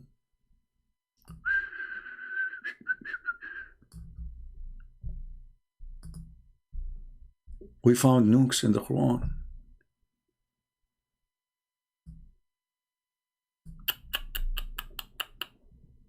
It doesn't appear here. Maybe we should change the translator. Hold on. This is Yusuf Ali. Yusuf Ali, you should make it fit with the Islamic agenda, man. What are you talking about? Verse number 40. Okay. Look at this. Oh, this guy, he is honest in translation. He screwed my topic now. Okay, so how I'm going to prove it now? There's no tool to prove it. So a weight of an atom or a weight of an ant. The word atom does not exist. It's a fabrication. It is a small ant. Today in Arabic, the word dharra is simply for the smallest ant you can see. Like, let us say the baby ants, you know, the small one when they are like just babies. So this is what dharra mean. This is why there's a guy, his name is Abu Dhar. I don't know why they call him that, which means the father of ant. So dharra is an individual name for one ant. Small, tiny ant. Muslims have article saying this is speaking about autumn and electric. It is the smallest, brother. But it is about ants. Islam without lies dies. Any Muhammadan?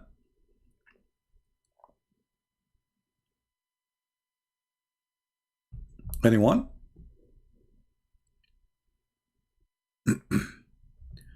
So, you know, I mean, the Quran is a book of true stories, and this God, he must be God. Who is holding the sky from falling down on you? Allah. Who is holding the birds from falling down on us? Allah. Hey Muslims, why the birds are in the sky? Who is holding them?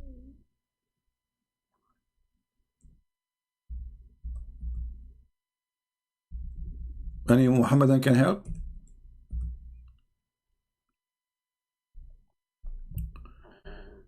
If you go here,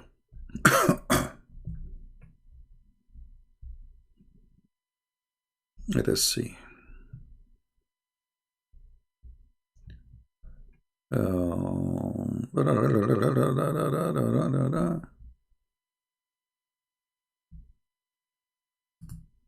Look at this verse, how deep it is. Don't they observe the birds above them, spreading their wings and folding them in? None can uphold them except Allah. Like you just said, they are spreading their wings. How they are spreading their wings and they are folding them, and you claim that you are the one who's holding them from falling down on us? Any Muhammadan? Someone saying, can you Zakir Naik impression? First of all, I don't do Zakir Naik impression. It is true Zakir Naik. He is next to me. Christian Prince, tell that guy that I am not a fake guy. I am the real Christian. Zakir Naik, you just said you are the real Christian Prince. You should say the opposite. You should say, I am the real Zakir Naik, and this guy next to me is Christian Prince. Exactly. So, Christian Prince, I am the true Zakir Naik, and I can prove it to you. Hey, Zakir Naik, how you can prove that? I'm going to open the camera, and I'm going to tell you my Billy Bomb. Hey, you Billy Bomb? Hey, don't go there, man. You open the camera. First, you have to buy one. I don't have one. Secondly, you have to show your face, not your Billy Bomb. Zakir Naik, don't do what the Prophet used to do. Christian Prince, we Muslims, we have special fingerprints, and it is in our belly bump. Like, what the heck? Your fingerprint is in your belly bump? How in the hell had that happened? Christian Prince, Allah said, Allah, I'm going to get you together. Like, what the heck? What does that mean? I have no idea what you just said. I give him I go. I go, what? I get to go. So you are telling me, come on, this is the true Zakir Naik. Imagine the Muslims, they make videos saying, brothers and sisters, the one who is calling Christian Prince, this is not the true Zakir Naik. And can you imagine how smart those who they are trying to get me busted? They are warning the Muslims. This is not the true Zakir Naik. The one who is calling him is not true Zakir Naik. He sounds like Zakir Naik, but he's not. Unbelievable. Hey Mahfoud, why you don't call me in Skype so you can hack my camera and at the same time talk to me? I will have an offer for you. You call me, you hack my camera during the time I'm talking to you. What say you?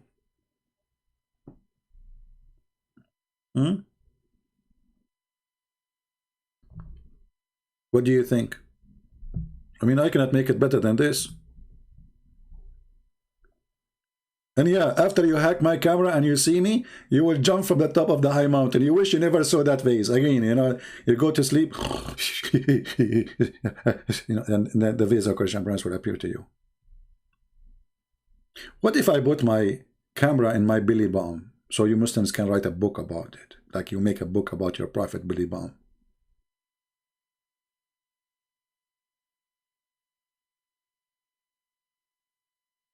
CP is the best of YouTubers. So this is my end now. I am a YouTuber. Is that a job? Is that a YouTuber? What does that mean? YouTuber. Like what the heck? He's the best of YouTuber. Is that a rank? Please take it back.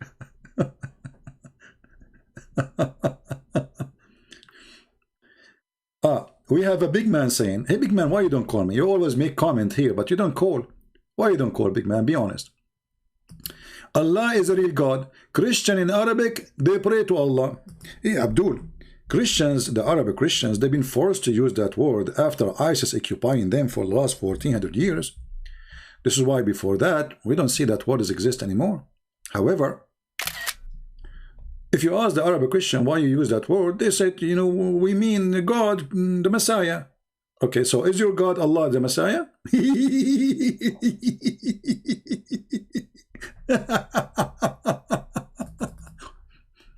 No, we don't believe in Allah.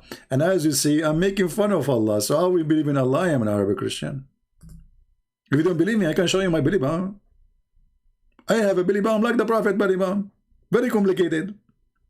Like there's one knot in the right, and then there's one knot and it'll go to the left.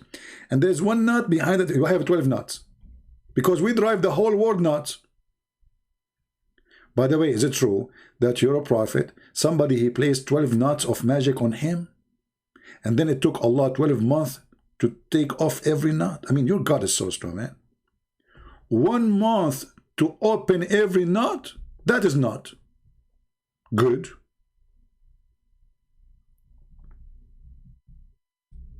Any Abdul?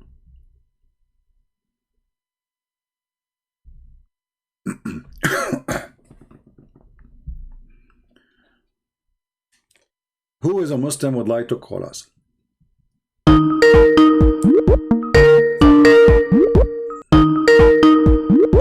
We have the gentleman, he called me before from Pakistan. Hello? Or from India, I'm not sure. Hello, yes. Hello, sir. How are you? I'm fine. Are you from Iran or Pakistan, or where you are from, my friend? No, sir. I'm from Germany. Yeah, but originally, where are you from? From Germany. Originally. Originally, I was born in Switzerland, but I lived in California. Now I'm in Germany.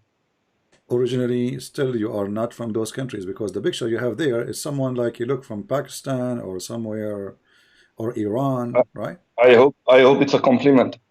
I don't know. I'm just asking you where. I mean, all of us, we are human anyway. It doesn't matter where you're from, right? Yeah. I'm just trying to find out. No problem. What do you want to say to us? One word. How are you, sir? I'm fine. Do you want some water? I'm drinking. Thank you so much. All right. What do you want to say to us? You are live on air. Yeah, thank you. Just want to say that the good thing about Islam is that it teaches us to be a good person. How? To be people. Like what? To be honest, to be loving, to take care of people. Okay, let us stop with the first one, to be honest. Where it says how it teaches you to be honest. Isn't it your prophet, he says a Muslim, he can lie in 3 cases, to his family, to his friends, to his enemies? No, that's a hadith. I don't want to go into the hadith. Why not? This is Islam. This is your prophet word. No, these are not my prophet's words. These are the people who wrote the hadith 250 years in Uzbekistan somewhere. But the Quran is the same. The Quran you have today is written more than 200 years after Muhammad too. Yes, but at least we can say that these are coming from God, but we cannot guarantee that the hadith is coming from the prophet. Can you take a false oath according to the Quran? Can we take up a false oath? Yes. I'm not knowledgeable about that. Isn't it the Quran says Allah will not take you accountable for your oath? Isn't it Allah, he says, you're saying that? Isn't it the Quran says Allah will not take you accountable? Listen to me carefully. Isn't it Allah saying Allah will not take you accountable for the false oath you take? Maybe for a good purpose. So a good Muslim is a person who lies for good purpose. What does that mean? Everybody lies for good purpose. Christians lie for good purpose. But this is no. If a Christian he lie, he is not following God. Jesus said, either you say yea, yea, or nay, nay. Anything else is from the devil. So lies is from the devil. The devil is the father of all lies, is what Jesus said. So you are saying to me, your God is teaching you. Your God is teaching you. Your God is teaching you to say a good lie. Give us an example. Maybe to save your life, you can lie. Okay, but this is still a lie is a lie. I'm asking you about a good lie. Maybe to save your wife, you can lie. Yeah. Okay. From who? Like your wife, she asked you where you've been, so you lied to her because you want to save your life. No, not about me. Maybe if my wife is in a big trouble, and you can lie. I don't know. It depends upon the circumstances, maybe. Okay. So when Muhammad, he took an oath to his wives, and he promised them he will not sleep with Mary the Copt. He was making a true promise, or he was lying?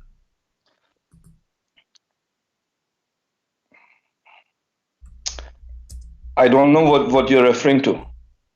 But chapter 66. Okay, let's see. Let's review that chapter. Let us review that chapter. Can you it's on YouTube, sir? Yeah, let us wait it for you. In English, can you do it for me, please? Sure, we'll wait for you in the English, in the Quran. Thank you, sir. All right. This is your prophet taking an oath. He took an oath that he will never sleep with Mary the Copt, his slave, again. Still in Arabic. Was he lying or he was truthful? I can only see Arabic. Yeah, now I can see English. When the prophet disclosed a matter in confidence to one of the O prophet, this one, the number one, What the disclosure matter? What translation you are reading? What matter? Oh Prophet, no, I'm reading YouTube. O Prophet, why holdest you to be forbidden that which Allah has made lawful to thee? Okay. This is the one? Yeah. So what about this, sir? This one, your prophet, he made an oath forbidding himself from sleeping with sex slave. How do you know that? And later, it doesn't say that here. Okay, what he forbid? Tell us.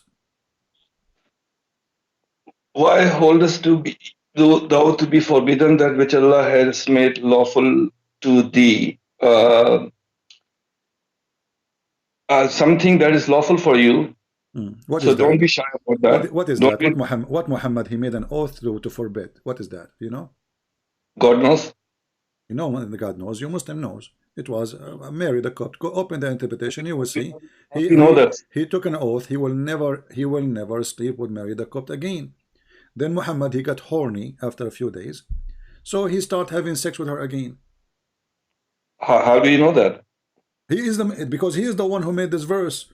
He said that Allah told me why you are forbidden for you. Okay, hold on. Why it's forbidden for you? Why you forbid yourself what Allah made lawful for you? What is that? Marry the Copt. Can you show me the verse in the Quran? It says it is lawful for Muhammad to have sex with women he received not from war. But let's stick with this verse, okay? What you're telling me. There's no mention of Mary the Cook in this verse. My friend, in order to understand, okay, so is Allah making the Quran clear for you, or this is stupid then? It's a message. It's a message. What is the message? Okay, shouldn't we know now what Allah is talking about? It's a message, we got it. But Allah talking about something he forbade. So if you are saying to me, there's no way to know what Allah he forbade, or what Muhammad he forbid, and Allah saying to him, why you are forbidden? This is stupid then, because you should tell us what happened. How do we? I asked you what he forbid himself. Listen, you said. I asked you what he forbid himself from. You said only Allah knows. Correct? Yes, sir. So this is stupid. So what the point of this verse then? If we will not be able to know what he forbid himself, what will we learn from it?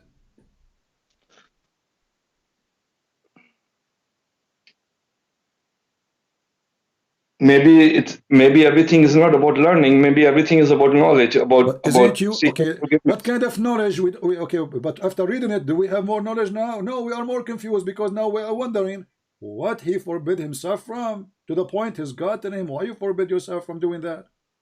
But if you read all of it, it says, but Allah is often forgiving, most merciful. So that's the knowledge. What most merciful? Here it says already, you know, I will let you free from your oath. So Muhammad he took an oath. Muhammad he take an oath. Allah says to him, it's okay, you can lie, you can take an oath. I'm not going to take you accountable. Read verse number 2. It doesn't say anything about oath here, does it? Read verse number 2. Verse number 2, okay. Allah has already ordained for you the dissolution of your oaths in some cases. And Allah is your protector, and He is full knowledge and wisdom. Okay, so did Muhammad take an oath? Did Muhammad take an oath and he was lying? Take an oath about what? It doesn't say that. Doesn't matter. He took an oath and now he break his oath. Allah saying to him, you can break it, you can lie. And the message is Allah is your protector, and He is full of knowledge and wisdom. Okay, that's the message. So Allah is a protector for the liar from Muhammad because he took false oath. This is what he is saying to him. It doesn't say falsehood. Well, he is saying to him, you can dismiss your oath. When a person take an oath using the name of God, shouldn't he keep his oath? This is why it's called oath. Like in certain circumstances where you have problems, Muhammad took squeeze it. It's coming. Yeah, in certain circumstances, it was broken. So Allah is full of knowledge and wisdom. That's what He's saying. Can I do circumstances as oath now, and I can lie to you? Is that okay? Yeah. For example, if ISIS have captured you, and you are in Iraq, Trust me. and took an oath. Trust me, you don't wanna capture me. I will tell you this is a true story by Sahih Bukhari. Once a mafia, I never want to capture anyone. Yeah, I can't even. This is a true story. This is a true story. One a mafia, they captured me and they called my dad. They said we want $3 million. My dad, he said, I will give you $3 million if you keep him there. Don't send him back. So don't capture me because you will be sorry. Now listen. Allah already ordained for you, O men, the disillusions of your oath. But shouldn't Allah say the opposite? You should keep your oath? No, because it's about circumstances, sir. What circumstances? Give us a circumstance. When we ask you what is this oath is about, you said we don't know the full story. What? You don't know the full story. You are the Muslim and you do not know the full story. Nobody knows the full story, but the bottom line is Allah is your protector. How you can go to the bottom line if you do not know the story? How you can go to the bottom line? Don't speak about the Baliban, by the way, and you do not know what the story. No, we don't need to know the story. If we need to know the story will be revealed. It's not revealed. Okay. The only thing that is revealed is Allah is your protector. Okay, hold on. Guys, so Allah don't want to reveal the story. So why he's revealing this verse then? For what for? What we learn from this now? He's full of knowledge and wisdom. That's what he's telling us. What knowledge? That's why he revealed this. What knowledge? Is it knowledge that God, he says to you, you can use my name in vain and you can lie using my name, take an oath to people? No, it's not saying that you can use my name. It says you can. You know, you forget about your oath. Don't worry about it. Allah has already ordained for you. To Muhammad, I'm giving you a license to lie and use my name in vain.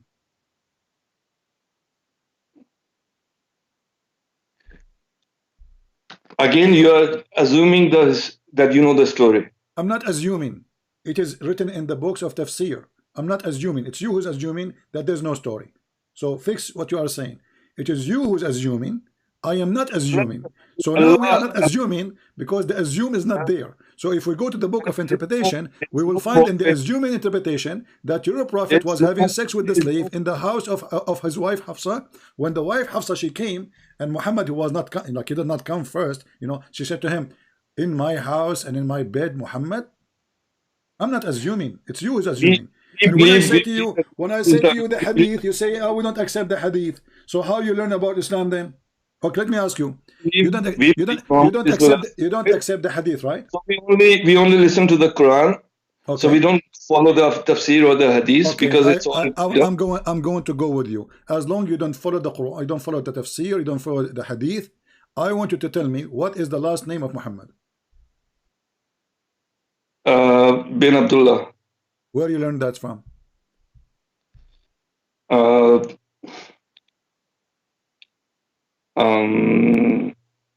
From the hadith. A second ago you said you don't believe the hadith. Yeah, we don't follow the hadith, but there are certain things that we already know. How you know? How you know? It's in the hadith.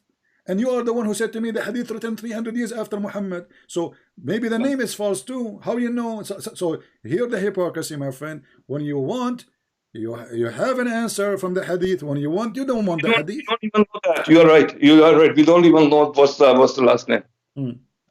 We know that Muhammad is a title. We don't even know the name. Exactly. So Muhammad is a title. Did we hear it, guys? Muhammad is a title. It's not a name. So what does the title mean? What Muhammad mean? The one to be praised, the praised one. So if Muhammad is the praised one, so who's Allah? Allah is the God of the moon. You are a Muslim? Yes, sir. Okay. What's wrong with that? You have a God of unknown entity in Christianity, so we can give him a title, right? We have what? Our God a title. We can call him the God of the moon if we want. Okay, well, the Quran says that. Actually, I agree with you, but I'm surprised that you deliver that so easy. You deliver that so easy. Can you take Shahada just to be sure that you are a Muslim, you are not a fake Muslim? Yeah, La ilaha illallah Muhammad Rasulullah. Well, what does that mean? There is no God but Allah, and Muhammad is the Prophet. Why you are associating the name of Allah with the name of Muhammad?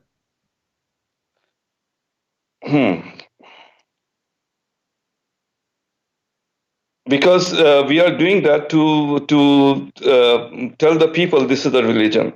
Because the religion. I know it's not fair is to associate the name. it a religion to say that there is no God but Allah and Muhammad is messenger? Okay, well, Allah, he sent 124,000 messenger. Why you don't say that there's no God but Allah and Musa is a messenger? Why the Shahada says Muhammad? We are following the last messenger in Islam. That's why. Okay, Muhammad is the last messenger. So is Jesus coming back? Yes. So how is the last messenger? Jesus is not coming back as the messenger, is he? He's coming what? Is he what? coming back as according messenger? to Islam? According to Islam, he's coming what? As what? He's coming back to help people. He will open charity. Maybe, I don't know, but he's not the last. He will work in the Red Cross. I know it. In Islam, we know that the last messenger is Muhammad, not Jesus.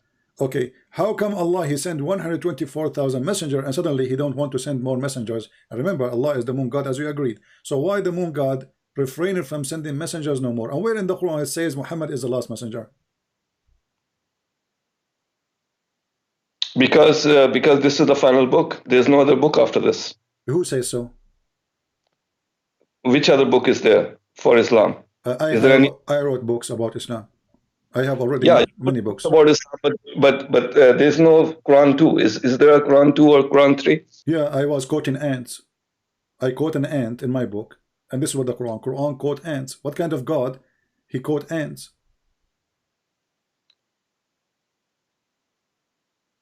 What's wrong with that?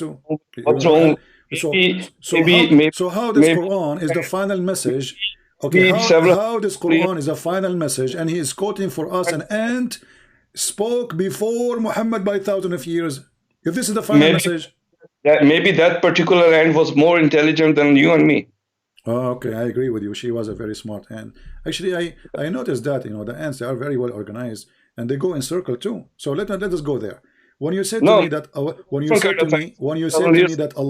Allah is the moon god, why he is not the sun god?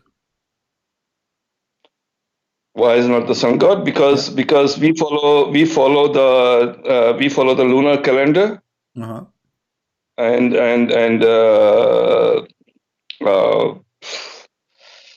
it's not that it doesn't mean that he's the god of the moon. Do you understand that? It's just a title.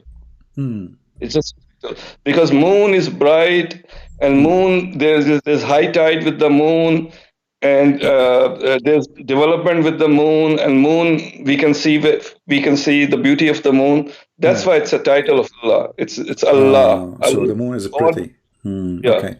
So let me ask you then: when the people ask Muhammad about why the moon his look change, what is the answer of your God? Do you know? You're referring to hadith again. Yeah, Da'if hadith.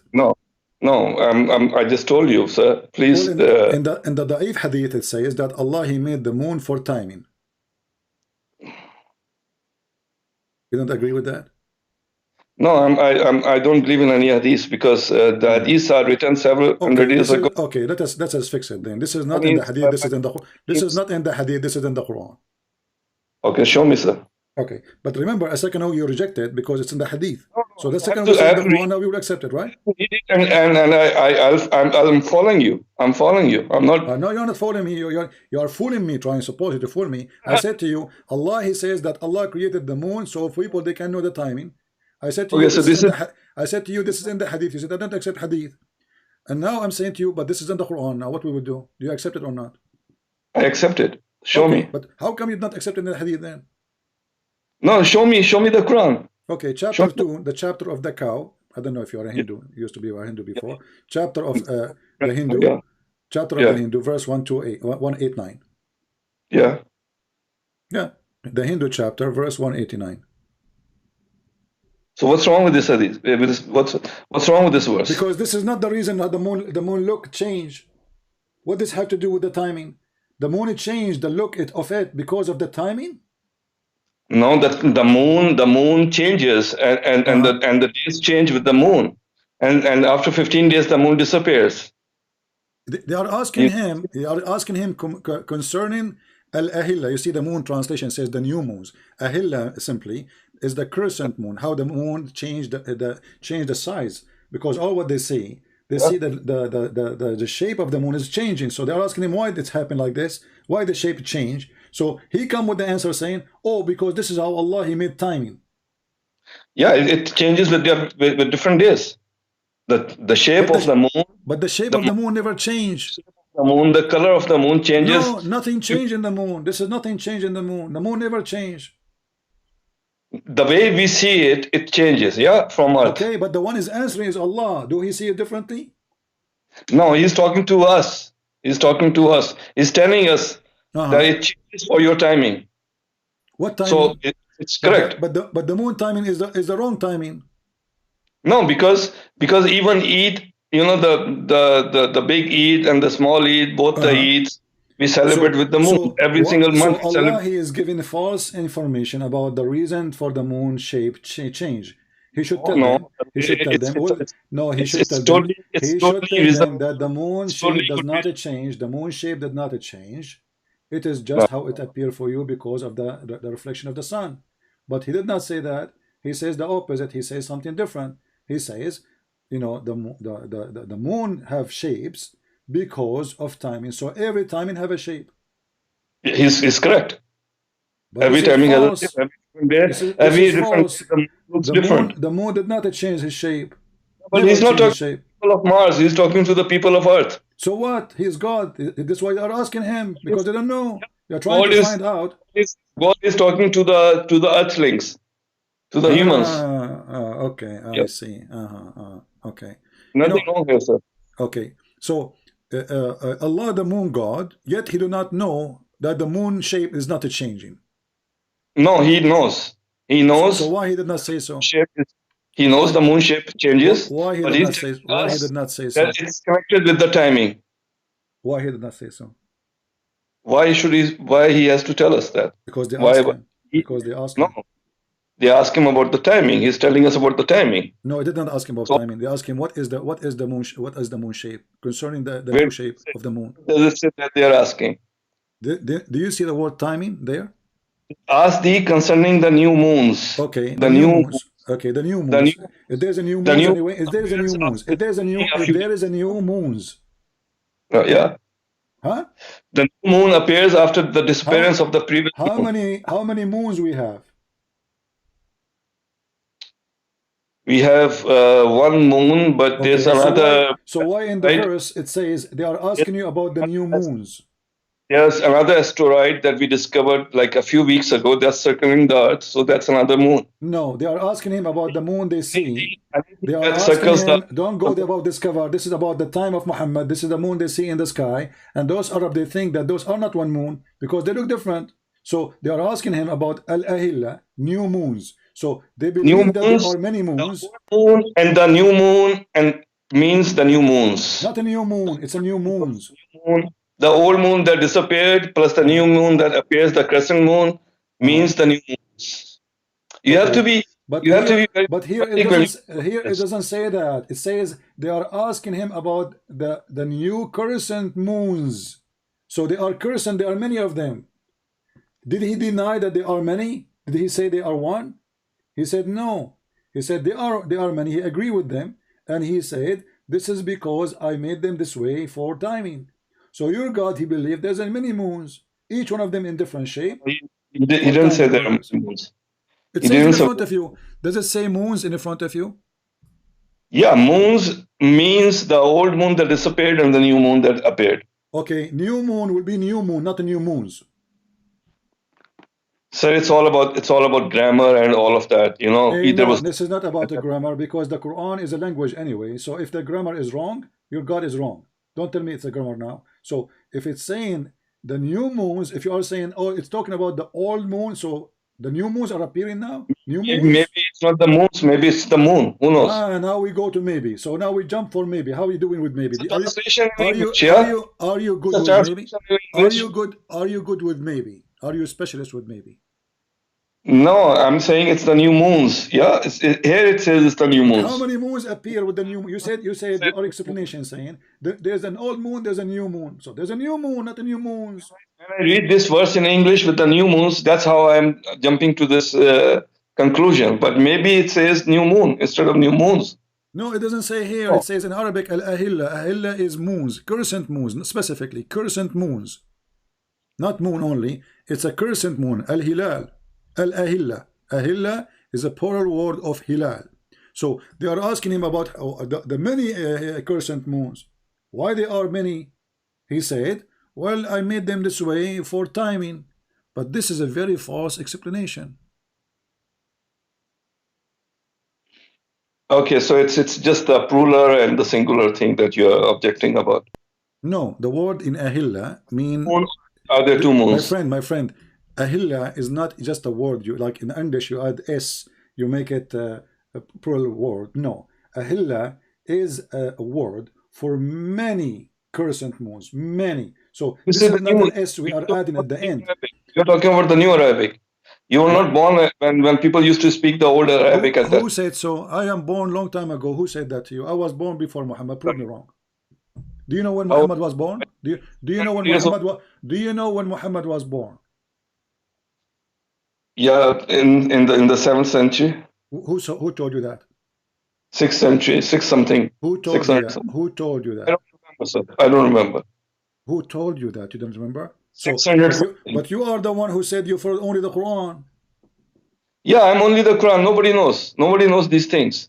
Okay. So what do you know? So what do you know then about Islam? So if nobody knows who is Muhammad, nobody knows where when he was born, nobody knows what his father name, nobody knows what his first name, nobody knows. Okay, you told me that his first name is a title, it's not real name. So what is the real name of Muhammad? You don't know. Why should we know his father's name? Maybe it's because maybe it's a joke, maybe it's a lie, maybe it doesn't exist. Maybe it's a mythology. That's what you're saying. I'm not saying that. I'm saying if Muhammad you do not know, you are following who? What you are saying to me, you do not know who you are following. There is somebody he been given a title, the praised one, which is God title, and you do not know his last name. You do not know who is his father. You do not know his first name. So what do you know about him? All we need to know is to be a good person. Is to be good people. Okay, wonderful. Okay, wonderful.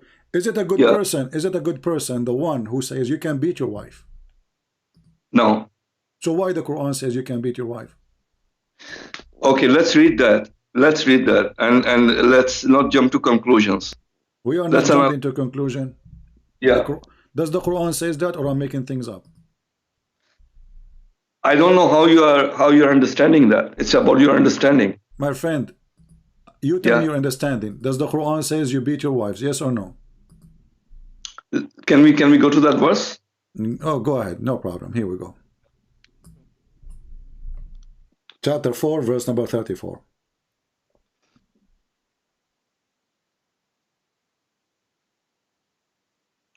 Wait 1 second. Hold on. It's not coming yet.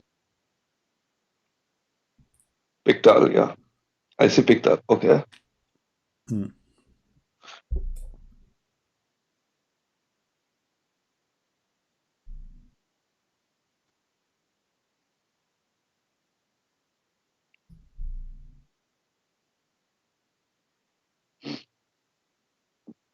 Can you read, please? Yeah, men are in charge of women. Okay. Because Allah has made the one of them to excel the other. And because they spend of their property. So good women. So is it a good to teach that the man he been given the authority just because he spent some money on a woman, why she is a whore? Okay, let's read more. So good women are the obedient, guarding in secret that which Allah has guarded.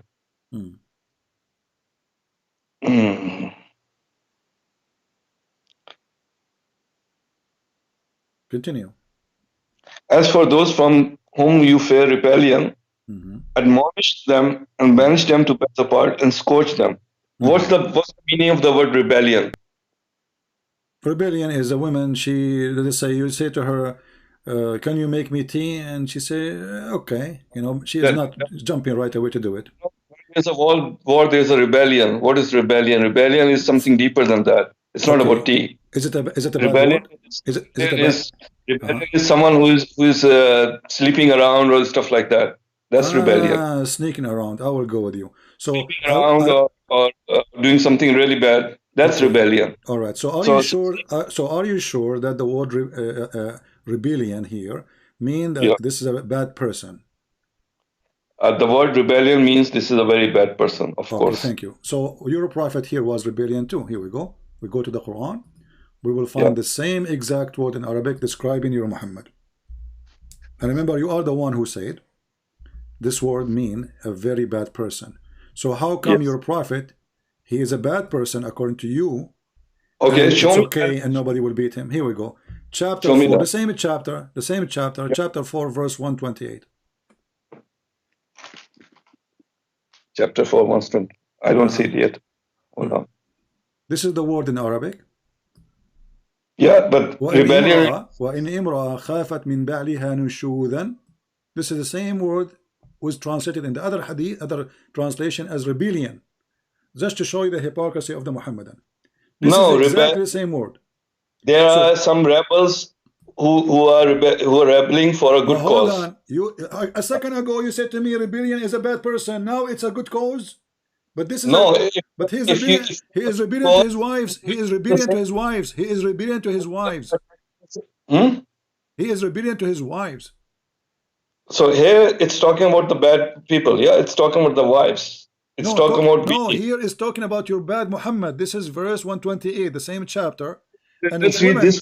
If a woman fears the cruelty of this distortion on her husband, part there is no sin of them if they make a term peace between them themselves. Okay, what is that story? It's about Sauda bint Dama. She was an old woman. She is a wife of Muhammad. Muhammad didn't want to sleep with her no more. Muhammad will divorce her. Hold on. So now Muhammad became rebellion. He don't want to sleep with her. The woman, she have no fault. She is still his wife. Why do you want to sleep with her? Muhammad, he said that, okay, Aisha, she suggests to him, if you want, I can make a deal with her that the day you sleep with her, you give it to me.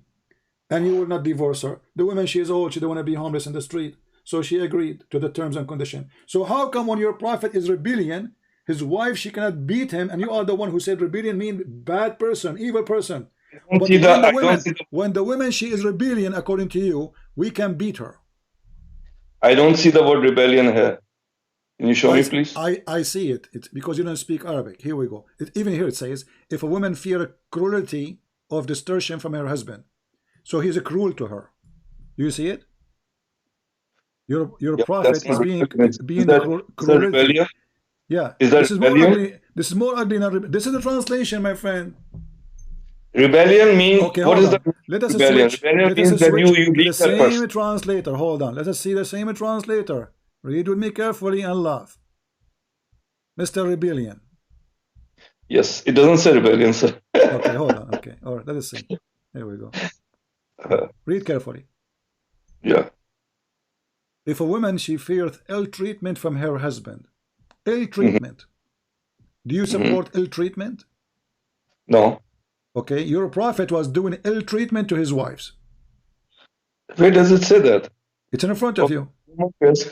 Ill treatment from her husband, or it is no sin for them to earn if they make terms of peace between themselves. Yeah, if they reconcile, then it's okay. Okay, how come if the woman, she have ill treatment, you call her rebellion, and when the husband, he is having ill treatment, you call him, it's okay. Rebellion is far more advanced than ill treatment. Rebellion this is your false translation. In Arabic, the same word. Read me carefully. This is no need for dictionary. This is the word nushud, nushud. Listen, this is the word in front of you. Do you see it? Nushud. So it is the same word used in both verses. Both verses have the same exact word. If they make peace, even if there's a rebellion, remember, if there's a war between Iran and Rome, Persia and Rome, and then we have peace. How come if the woman is rebellion? Listen, how come if the woman is rebellion, she is being evil, as you said, she is being better person, and she sneak around according to you. The word rebellion means sneak around. And now, if Muhammad is sneaking around, and we prove it, this is what he did with Maria the Copt, and Muhammad is being rebellion, and he is not treating his wife nicely, how come the wife, she cannot beat her husband? That's your understanding, sir. This is not my understanding. This is what the verse is saying. I can open the interpretation for you. No, let's stick with the verse. Why we go to the interpretation when we are not the interpretation will confirm that if this is my understanding or this is the Islamic understanding. Yeah, but those people were not prophets, were they? The people who interpret. This is the Islamic understanding. This is how Muslim follow. You are obviously making your own interpretation now. I'm not making. I'm just reading the Quran. Okay, and they are reading, and they are just reading the Quran too, and they are reading the Quran too, and they are scholars. Yeah, but there's scholars. There's so many. Are you a scholar? Are you a scholar? Okay, let us go back to zero. Let us go back to zero. We go back to the previous verse. No, nothing. So now your wife is rebellion. Is it right to beat her? If she is causing war, yes. So you are a woman beater. So do you? Are you not a woman? Are you? I'm not. Are you married? Are you married? Yes, sir. Did you beat your wife? Never. If she became rebellion, you will beat her. It's about the story. You don't know the story. You're assuming a lot of things. A second ago you said, "Oh yes, yeah, to beat her." So I'm asking you, if your wife became rebellion, you will beat her or not? Yeah, if she becomes rebellion and she brings a dagger and she tries to kill me with that dagger, maybe I will beat her. Don't mix things up. Where it says she will kill him? Where it says the women she will kill him? That's rebellion. No, I'm telling you about rebellion. No rebellion. It means she is not obeying her husband. Read carefully, just to show you how silly you are. It says, "And if they obey you, seek not against them." So it's all about being obedience. That's what rebellion means. Yeah, but then it uses a very, very drastic word, rebellion. It says, "If you obey." This is a stupid translation, Mr. Rebellion. For that drastic word, Mr. Rebellion. This is a translation. If we change the translator, we will find different word. Let us change the translator just to make you happy, just to show you how silly you are. Here we go. We go to Yusuf Ali. Yusuf Ali is a very well-known Abdul. Here it says, if they are what? Does it say the word rebellion? It says ill conduct. Do you see it? Ill conduct. Yeah. If you don't like Yusuf Ali, we change it to different translation. Let us go to Hilali and Khan. Let us go to Hilali and Khan. Let us see. You will see it's saying the same. It's if you see ill conduct. Do you see it? Ill conduct. So she is not a cheating. She is not even lying to you. She is not going around. She is just ill conduct. What ill conduct mean? What do you mean by ill conduct? You tell me. Ill conduct can be cheating. Ill conduct can be many things. Guys, ill conduct means cheating. So if your wife, she is a cheating, and if you obey her, if she obey you after she cheat, is okay in Islam? Is that what the verse is saying? I don't know the context of the story. What do you mean you don't conduct the story? You said to me you can understand the Quran by the Quran itself.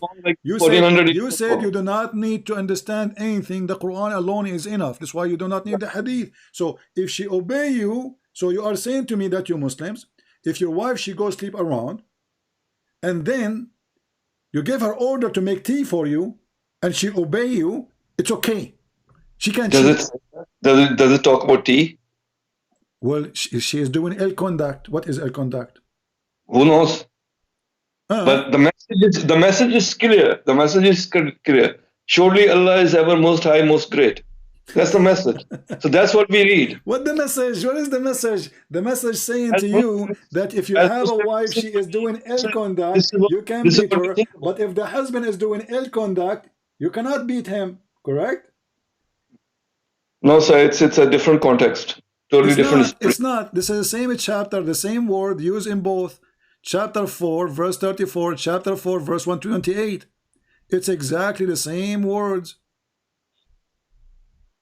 It is, if we change the translator to use the same translator, here we go. Let me show you, just to show you how stupid this cult is. I will go to Hilali Khan. Huh? Hilali Khan, let us see Hilali Khan. How are you, Hilali Khan? What a stupid religion. So look at this, here we go. So if the women fear cruelty or destruction, this is Hilali Khan. Let's switch to the other one. Which one we choose? Let us see, other idiot. Why don't you do the translation of the Quran? I do not need translation. It's you who need translation, not me. I speak Arabic.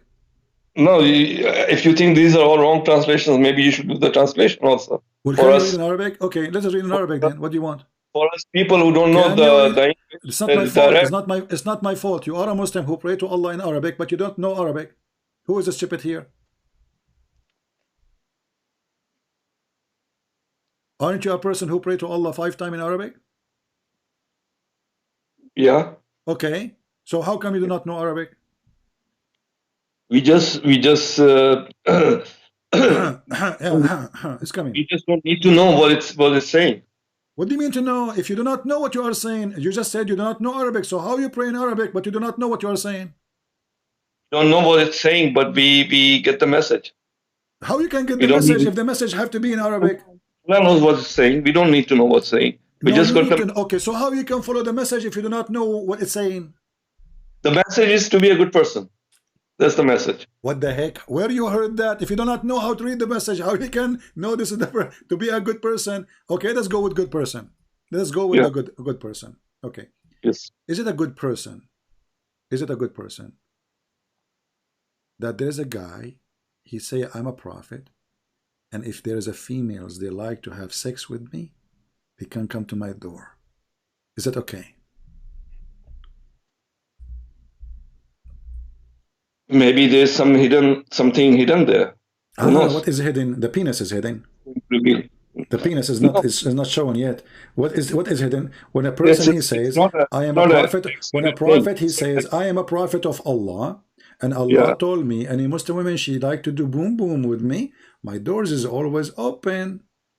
What is maybe hidden? it's something? Maybe it's something deeper than that. What is that deeper? For sure it's deep. It's going to put it somewhere. Tell us about the deeper. It's like let's have a family chat, sir. It's what? Let's have a family chat. Let's not go there because maybe there is something deeper there. Okay, tell me about the deeper. You see, I want to have a family chat. No problem. Is Muhammad making a family here chat, or when he says if a woman she offer herself to me so I can F her? Is that a family chat? It doesn't say that word, does it? What it says? Tell me what it says. Okay, show me in English, please. Okay, here we go. Yeah. Chapter 33, verse number 55. What is the point of this chapter? 1 second, it's coming. Yeah, I will let you read the verses. Read it loud, please. I will go to the door because I will have something to be delivered. Okay? I will give you just for a minute. I will be hearing you. Go ahead. Keep reading. Thank you. 1 minute. It's coming.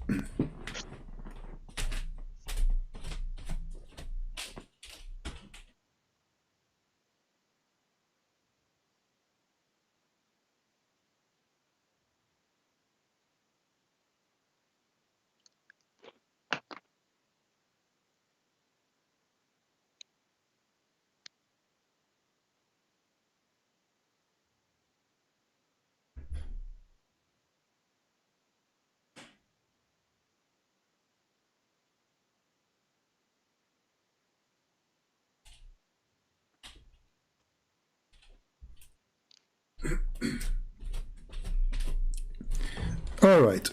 Yes, so I read it. The conclusion now you received from this verse. The deeper meaning might be the message of God.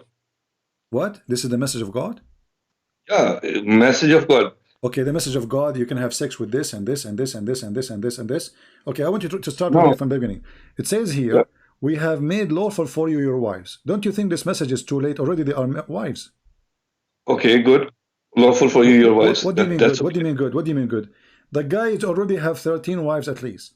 And now you are telling him, we made lawful for you your wives?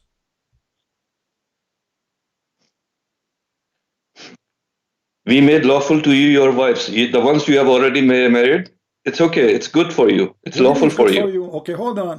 The guy is already married and he have 13 wives. Now Allah, he decide to tell him, it's lawful for you? See, like you were not born at that time, so you don't know the context of the story again. My friend, what context? It says, we made lawful for you your wives, but the guy already have the wife. So what's the point of this message? Shouldn't he say this message before he get married? We don't know. We don't know the real story. Okay, and those who you paid them their mahar, okay? Okay. And those who they are your captive slave. Yeah. Okay. Okay. Why Muhammad want to sleep with captive slaves? Why Allah made it lawful for him? He's a noble man. It's a message story. So a noble man is the one who rape a captive woman. It doesn't say rape. Well, she is a captive slave. Captive. Yeah, she's you know a what captive mean? slave. You know what captive mean? And by being with him, she will be enlightened. Do you know what captive mean? A captive slave, by being with him will be enlightened. Will be what? That's what I'm saying. Will be enlightened. Enlightened. So so now if somebody capture your wife, if somebody capture your wife, my friend, I'm not trying to insult, but if somebody capture your wife and he sleep with her, this is good for her. I'm not Muhammad. I'm not Muhammad. So Muhammad, because his penis is special, he can rape women, and that is an honor for women. It's all about enlightenment. It's like enlightenment. A okay. What the enlightenment have to do with raping those women? It doesn't say rape. Does it say rape? Well, she's a captive. Free her and ask her. She's a captive. If she is a free, then you ask her. Then if she is a free, then you ask her, do you like to sleep with me? If she say yes, then yes. But not when she is a slave. Can she say no? Of course she can say no, but it's lawful, and she will not say no because she's. Hold on. In the front of everybody. In the front of everybody, show me one verse in the Quran is saying you can say no as a slave to your master about sex or about anything. Go ahead. This verse is not talking about slave and master. Well, Muhammad says those are slaves. Unfortunate people. It says your right hand possess. Your right hand possess. Yeah. So Muhammad now already have 13 wives. Allah giving him a license to have sex with those slaves, who he possessed them by by capturing them. Those are the unfortunate people that he's enlightening. He's what? That he's giving the message to. The unfortunate people. So Muhammad, he cannot give a message unless he put his penis in their vagina. No, he doesn't say that. Why a not? lot of women didn't have husbands. Their husbands got killed in war. But he did not marry them. They are just his slaves. So he's helping them. This is why it says the slave. It doesn't say those who they are women who you free them and you marry them. It says the slaves, your right hand possess. So they are at that moment his right hand possess. So you are saying to us that your prophet, he spread his message through his semen. No, I'm not saying that. You are saying that. So why he need to sleep with them if he have already many wives, and why Allah giving him license for such a thing? Maybe it's not even about sleeping. It's about who knows? What do you mean who knows? It says it's made lawful for you, your wives. It's not about sleeping. It's made lawful to you, your wives, to whom you have paid their meher. Okay. What the word yastankiha mean? Yastankih. To have sex, yeah. Thank you. So why you are saying about sleeping? So whom you right hand possess, you can sleep with them. You can. But you just said maybe it's not about sleeping. So the word yastankih means sleeping. That's what the verse saying. Okay. And then we continue. And then we continue. Remember, it's you who said to have sex, right? The word yastankiha mean to have sex, correct? Okay. Yeah. Okay. Here it says, and any women, a believing woman, she offer herself to the prophet to have sex, to do nikah. And any believing woman, she offer herself to the prophet.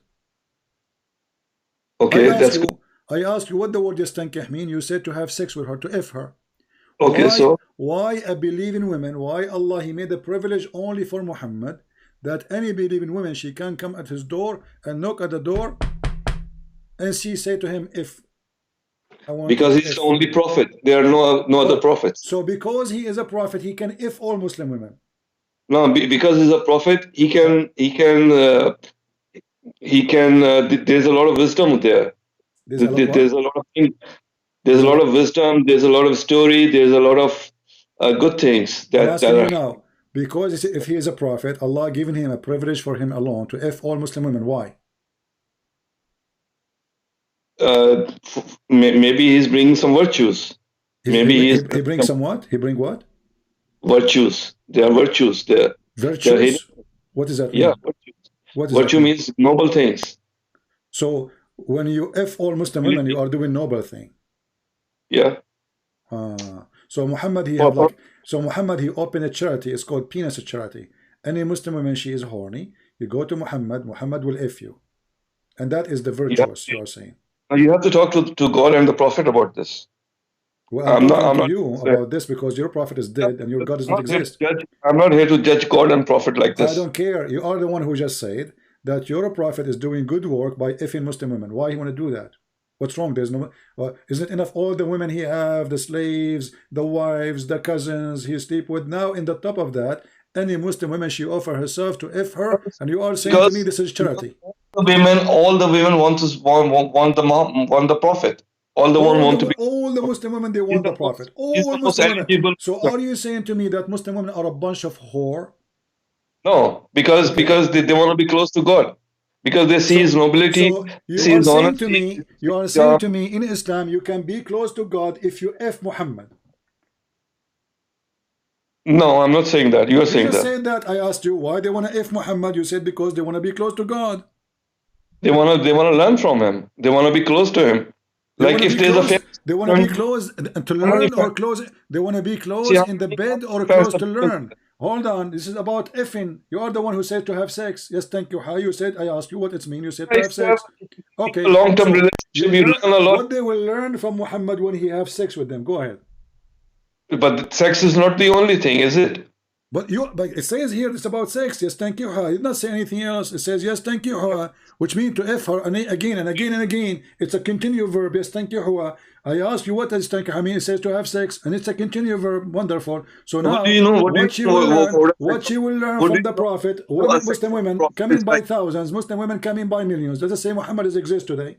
And there's more than 1 billion Muslim women, maybe, or a billion Muslim population. Let us say there's half of them is women. So now we have 500 or 600 Muslim women. They are horny to F Muhammad. What is that for? Yeah, but we don't know. We don't know what sex with the Prophet is like. We don't know that. So you send your wife to the Prophet. He have sex with her, and then she come back to you to tell you. No. It's. I'm not saying that. Well, you just said you don't know how have sex with the Prophet look like. Who care? So you are. What is the purpose of this? You said we do not know how have sex with the Prophet will look like. Do you think he will use his nose? I mean, sex is sex. He will use his penis. So why your wife she have to go and sleep with this man just because he's a prophet? You said all Muslim women they want to sleep with Muhammad. Why? So you are saying to me, if your wife today, sex for an ordinary person. Sex is sex for an ordinary person. That's what I'm saying. Listen. If Muhammad exists today, and I'm not trying to insult, please don't take me as an insult. If Muhammad exists today, and your wife she wished to sleep with him, you will not say no. No, he doesn't exist today. I'm not saying he exists today. If he exists today, if he come. No, why are you saying if? Your wife she decide to sleep, and your wife she decide to sleep with him. Are you there to say no?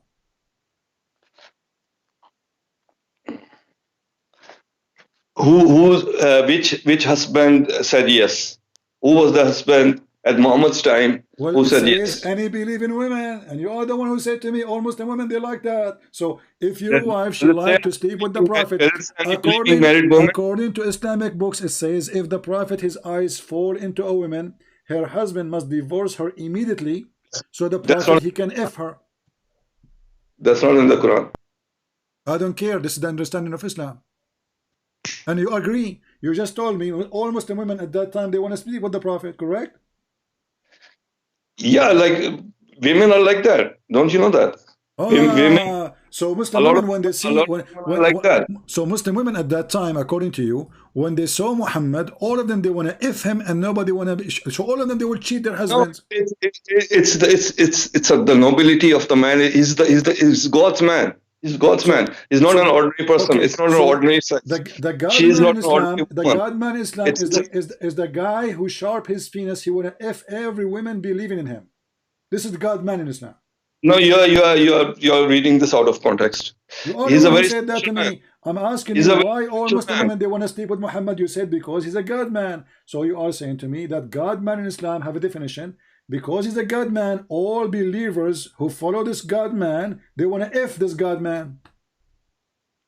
Yeah, because it's very attractive to be close to the God man. So by Fing Muhammad, you became closer to God. Maybe. Who knows? Only God knows. So only God knows. Let me ask you then. If your wife she go and sleep with Muhammad, that will make her close to God, and then you sleep with your wife, that will make you close to Muhammad, correct? But it doesn't say married believing woman. It doesn't say married believing woman. It says believing women. It doesn't say married believing women. Yeah, it's open license for everybody. Yeah, but it says believing women. It doesn't say married believing women. Does it say single women? No. Yeah, but it's a, you are assuming that it says no, I'm married not women. assuming. I'm not assuming. This is why I said to you in your Islamic explanation says, if the prophet his eyes fell Sir, into a woman, let me say if something you're to a you. prophet, his eyes fall into a woman, her husband must divorce her, so the prophet he can f her. And Let me say something to you, I can sir. show you the reference right now. You're reading the religion with logic. There's no religion in the world based on logic. Okay, That's the so problem. you are saying to me this. So what is the logic behind that? If you sleep with There's no Muhammad, you will religion. become closer There's to God. It Okay, has nothing to listen. do with logic. Okay, no logic, no logic. So why you are saying to me then the reason that women they want to sleep with him because they want to be close to God? If there's no logic, We don't know. We don't know what the story is about. We were not there at that time. We didn't see it but you happening. are telling me now that the women they want to sleep with Muhammad because they want to be closer to God. Most women, I would say, are attracted to famous and big people, right? Rich people, famous people, big people.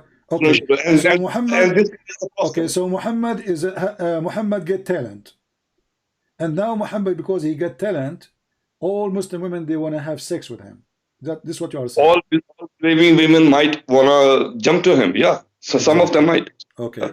So well, what's, I don't know. yeah. Is your wife That's next to you? Is your wife next to you? Do she feel like she want to jump on Muhammad? No, she's married to me. It doesn't say married believing women. Does it say that? No, it That's says what that. It says a woman, which means women married and single, they are welcome. It doesn't say this. Why it doesn't say single women? Why your prophet did not say single women then? So why he didn't say married women then? Because all of them both are welcome. Because both of them are welcome. Women, we assume because hold on. of Now can they must be single. okay. Now women they offer themselves to your prophet to if them. Then Yeah. your prophet he made this verse. Because all the women are coming to his door, so that's the verse. That's how the verse came. Okay, let them come in. That's okay. They were coming in droves. They just wanted to be close to the prophet. Everybody wants to be close to the prophet. So that's why how the verse came. Okay, let them come in. Yeah, well, that's very nice of Allah. So it's not Muhammad who made this verse. It's Allah who made this verse, right? It's Allah, because Allah knows everything. Allah is looking at it. So Allah, He is encouraging group sex. No, Allah, He doesn't say that. Again, it doesn't say that. All of them they are welcome. You are the one who just said all of them they are welcome. Yes. Yeah, you're welcome. Come on over. Yeah. Okay, coming over. It doesn't say group sex. It says a group sex because it says all of them they are welcome. All of them they are welcome. Maybe for a prophet that's okay as well. Who knows? What Allah has in his hands. How many you think every day Muhammad? How many women they will knock at his door to f him every day? Maybe 1 million. Maybe so what's wrong?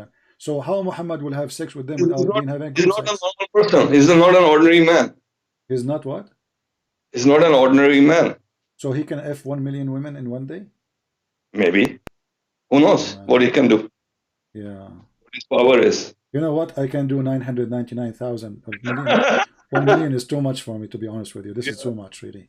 I don't think I can. I don't think I can have that number. Because if you talk to me about Christianity, then it's even worse. Much more worse. Like what? And if you go with the logic, it's even so terrible that I can't even tell you. But we don't follow any religion. We don't follow any religion with logic. That's deep. Okay, let me ask you. So Muhammad, after I make Muhammad, after he made all those verses, after Muhammad he made all those verses about effing, was he able to F anyone? Oh God, you're still there. I'm still there. Are you? I'm here. You are. Yeah. Okay. Ask me. After all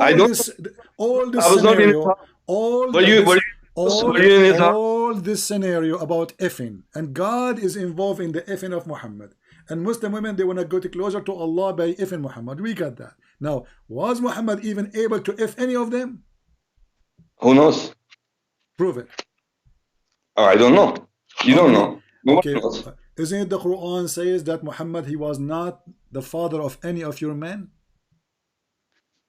Which verse is that? Let's go to that verse. You have to win the debate, sir. You are the winner, my friend, always. No. You are the best. I really like you, You are a very good person. You are amazing, but you don't understand that it's not a logic. It's a read for me. Yeah, okay. Don't praise me too much because you might send your wife to me too because I'm amazing. Come on, I'm noble now. I'm amazing. No, I'm not. So your wife, she will come jump to me. Come on, don't do that. So read with me. Chapter Okay, 30, chapter 33, verse number 40. Yeah. In the Quran. Muhammad is not the father of any man among you, but he's the messenger of Allah. Okay, so Muhammad, he spent his life effing women, or he was effing nothing. There is a purpose. Allah knows the purpose. Why is not the father of any man? Allah knows the purpose. Muhammad, so what is the purpose of all women to F him if he cannot even have sex? Maybe he doesn't want to produce any children. Like, maybe Allah is not in Allah's plans. What do we know? Maybe the guy, he is he is effing all women, and after all this effing, okay. So don't you think that Muhammad was maybe doing it in the wrong location, maybe in their nose? No, that's let's I don't know what to say. What? I mean, after all this drama and God write articles, women, they offer themselves, the women, they are lined up in the door. Take me, prophet, please look at my boobs, look, they are so big, look at my skirt, my legs, they are so nice. And women, they are fighting over Muhammad. And now after all of this, the guy, he could not even have a baby? It's not in Allah's plans. It's what? To have a baby. It's what? It's not in Allah's plans to have a baby for Muhammad. So it's Allah plans to make Muhammad penis happy, but he could not make him happy to have a baby? Which one is more important? It's in Allah's plans to satisfy the women, to make them happy, to spread the religion, to spread the message, to make them, bring them into nobility. Well, I know that you don't believe in the hadith, but the hadith confirm that Muhammad, he cannot satisfy the women. And this is the point in front of you. Hold on. You're a prophet wife. You're a prophet wife. You're a prophet wife, she said. Does the women, hold on. You're a prophet, Abdul, listen. You're a prophet wife, she said. Does women get discharged? It's hadith. It's hadith. Who would write a hadith like that? Imagine how crazy that person is. Someone who's writing something like that. Imagine his thing. I will tell you who will write a hadith like this. Muslim idiots. Yeah, I agree with you. But all of you are idiots. I agree with you. Okay, so now what is my problem? Your wife a prophet, she said that. Your wife prophet, she said, how in the world a woman gets a discharge? That means Muhammad, he was never able to make her come. Again, you are going to the hadith. So Muhammad, he had long line of women in the front of his door to F him. Then they go inside the room. What Muhammad do exactly? They never have discharge. About sex. Tell me, how stupid that person would be writing hadith about sex. Imagine. My friend, he is a stupid or the one who made the Quran, because the Quran is about sex too. We just showed you a verse about women lining up to F Muhammad, and you did not see that as stupid. So how come this one is a stupid and the Quran is not? That's about message. What message? It says to F her. I ask you what the word is. I ask you what the word is. Thank you, mean. It says to have sex. So now this is message. Yeah, maybe there is, maybe just a touch can deliver a message. Who knows? Okay, listen. Yeah. When Muhammad wife, she's saying, how in the world women get discharged? Don't you think there's a mystery is exposed here that Muhammad, he is in this ability to do boom boom? No, after 300 years, who would know? Okay, let us book the dot together. Muhammad could not have sons. The Quran confirmed that. Muhammad, he didn't have sons. The Quran confirmed that. Correct? Listen, the Quran confirmed that he don't have sons. Do you agree? Yes. Okay. And now we look in the hadith that confirm the Quran that Muhammad, he cannot do it. Because they are reading the Quran and they are coming up with their hadith. They make it up by reading the Quran. It's not confirmation. Okay, let me ask you, how many times you pray a day? I know it's 3 in the Quran and 5 in the Hadith. Okay, why you pray 5 times then? I don't know. It's a custom. It's a tradition. It's a cultural thing. It's followed that way because of the custom, because of the tradition. So you Muslim, you don't follow the Hadith. I'm not denying it that Muslims do follow the Hadith. But hadith you don't know which ones are fake and which ones are good, because they are about sex, they are about terrible things, they are about stupidity. So let's leave all of them, because if you one mentioned to me the word stupidity, let us go with the word stupidity. Is Allah is smart or stupid? Allah is the God. Allah is smart, of course. All right. Where we can find the location of the sunset? The location of the sunset? Yeah. Okay, we can find it everywhere. Okay, so why Allah says that there's a messenger of his, he went and he found where the sun, the place where the sun set. Zulqarnain, you're talking about Zulqarnain. Yeah, what's Zulqarnain mean? Do you know? Alexander the Great, the man with the two horns. Okay, the man with the two horns. Have you ever heard of a guy, his name, the man with two horns? No, because the Romans had these helmets. So the Arabs. How we know first that he's a man? How we know that he's a man? I don't know. So why you are saying the man? So why you are saying the man? Because the Arabs used to say of the Romans, that's how because they used to have helmets with the two horns. But you said that you follow only the Quran. Yeah. Okay. I'm talking about history, you know. Right. I'm not talking about hadith. History. Yeah. Okay. So now it says this guy, they asked Muhammad about Zulqarnain. Yes. Allah told him, I will tell you something about his account, which means his story. Surely we establish him in the land, and we grant him the means of an access for everything. So Allah gave him those things, right? Right. Okay. And then he followed a course, which means a way, a direction, until when he reached the place where the sun set. Where is that? Everywhere. So what the Quran is saying? Because he was traveling during the day. What? He was traveling during the day.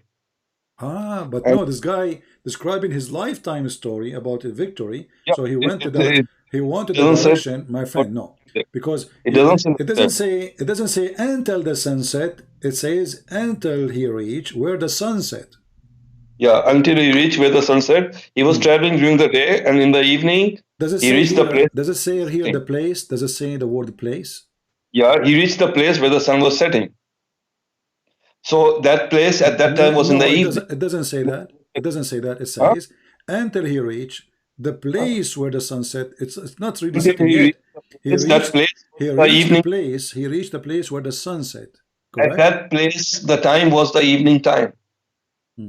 But it doesn't say it was evening. It doesn't say it was morning. It says until he reached the place where the sun set. That we understand that the sun doesn't set anywhere. It's about our intelligence to understand it this way. So why Allah saying that? So why Allah saying that? So I explained this to you, yeah? No, you're not. It's the evening time. It's the evening. He traveled during the day and he reached the place where the sun was setting. Where you are coming to me with this date? This guy, this is talking about his life journey, not only one day. He spent his life traveling. He spent his life traveling. And then the first direction he went until he found where the sitting place of the sun. Reached the place until when he reached the place where the sun is setting. So based on your story, Alexander the Great, he have 2 days travel and he's done. No, then maybe he traveled again. Well, what do you mean? Here we go, because here in the Quran it says until he reached the sun sitting place, and then he continued, and then he changed the direction, and then until he found the sitting place of the rising sun. Yeah, so if this is speak about the journey of Alexander the Great, that's mean journey of Alexander the Great. It was 24 hours, the rising of the sun and the sunset. That's it. Yes, of course. This is the story of Alexander the Great. He was only traveling for 1 day. No, then he traveled the next day also. But it's a story about 1 day until he reached the rising place. Okay. It says here that he found the sun setting in a dirty, muddy, boiling water, spring of water. Yes, that's a reflection. If you look at the water, you can see the sunset. Okay. See, if you're near the beach, you will see the sun going down the ocean. Okay. Yeah. Can you see the word beach there? Does it say the word beach in the Quran? No, but that's our intelligence to assume that. Yeah, it's near the ocean. It's near the water. Okay, I will go with you. You said the word ocean. You said the word ocean. Does it say maybe anywhere? Does it say? maybe Does it say? Does it say anywhere in the Quran in Arabic the word ocean? maybe it was a pond. I'm sorry. It was I'm what? sorry. I made a mistake. It was a pond. It was a pond of water. Okay. A pond. So it's a pond of water where the sun, where the reflection of the water clearly says you that the sun set. If we have a small jacuzzi, and Yeah. that makes Alexander the Great find the sun sitting in that jacuzzi.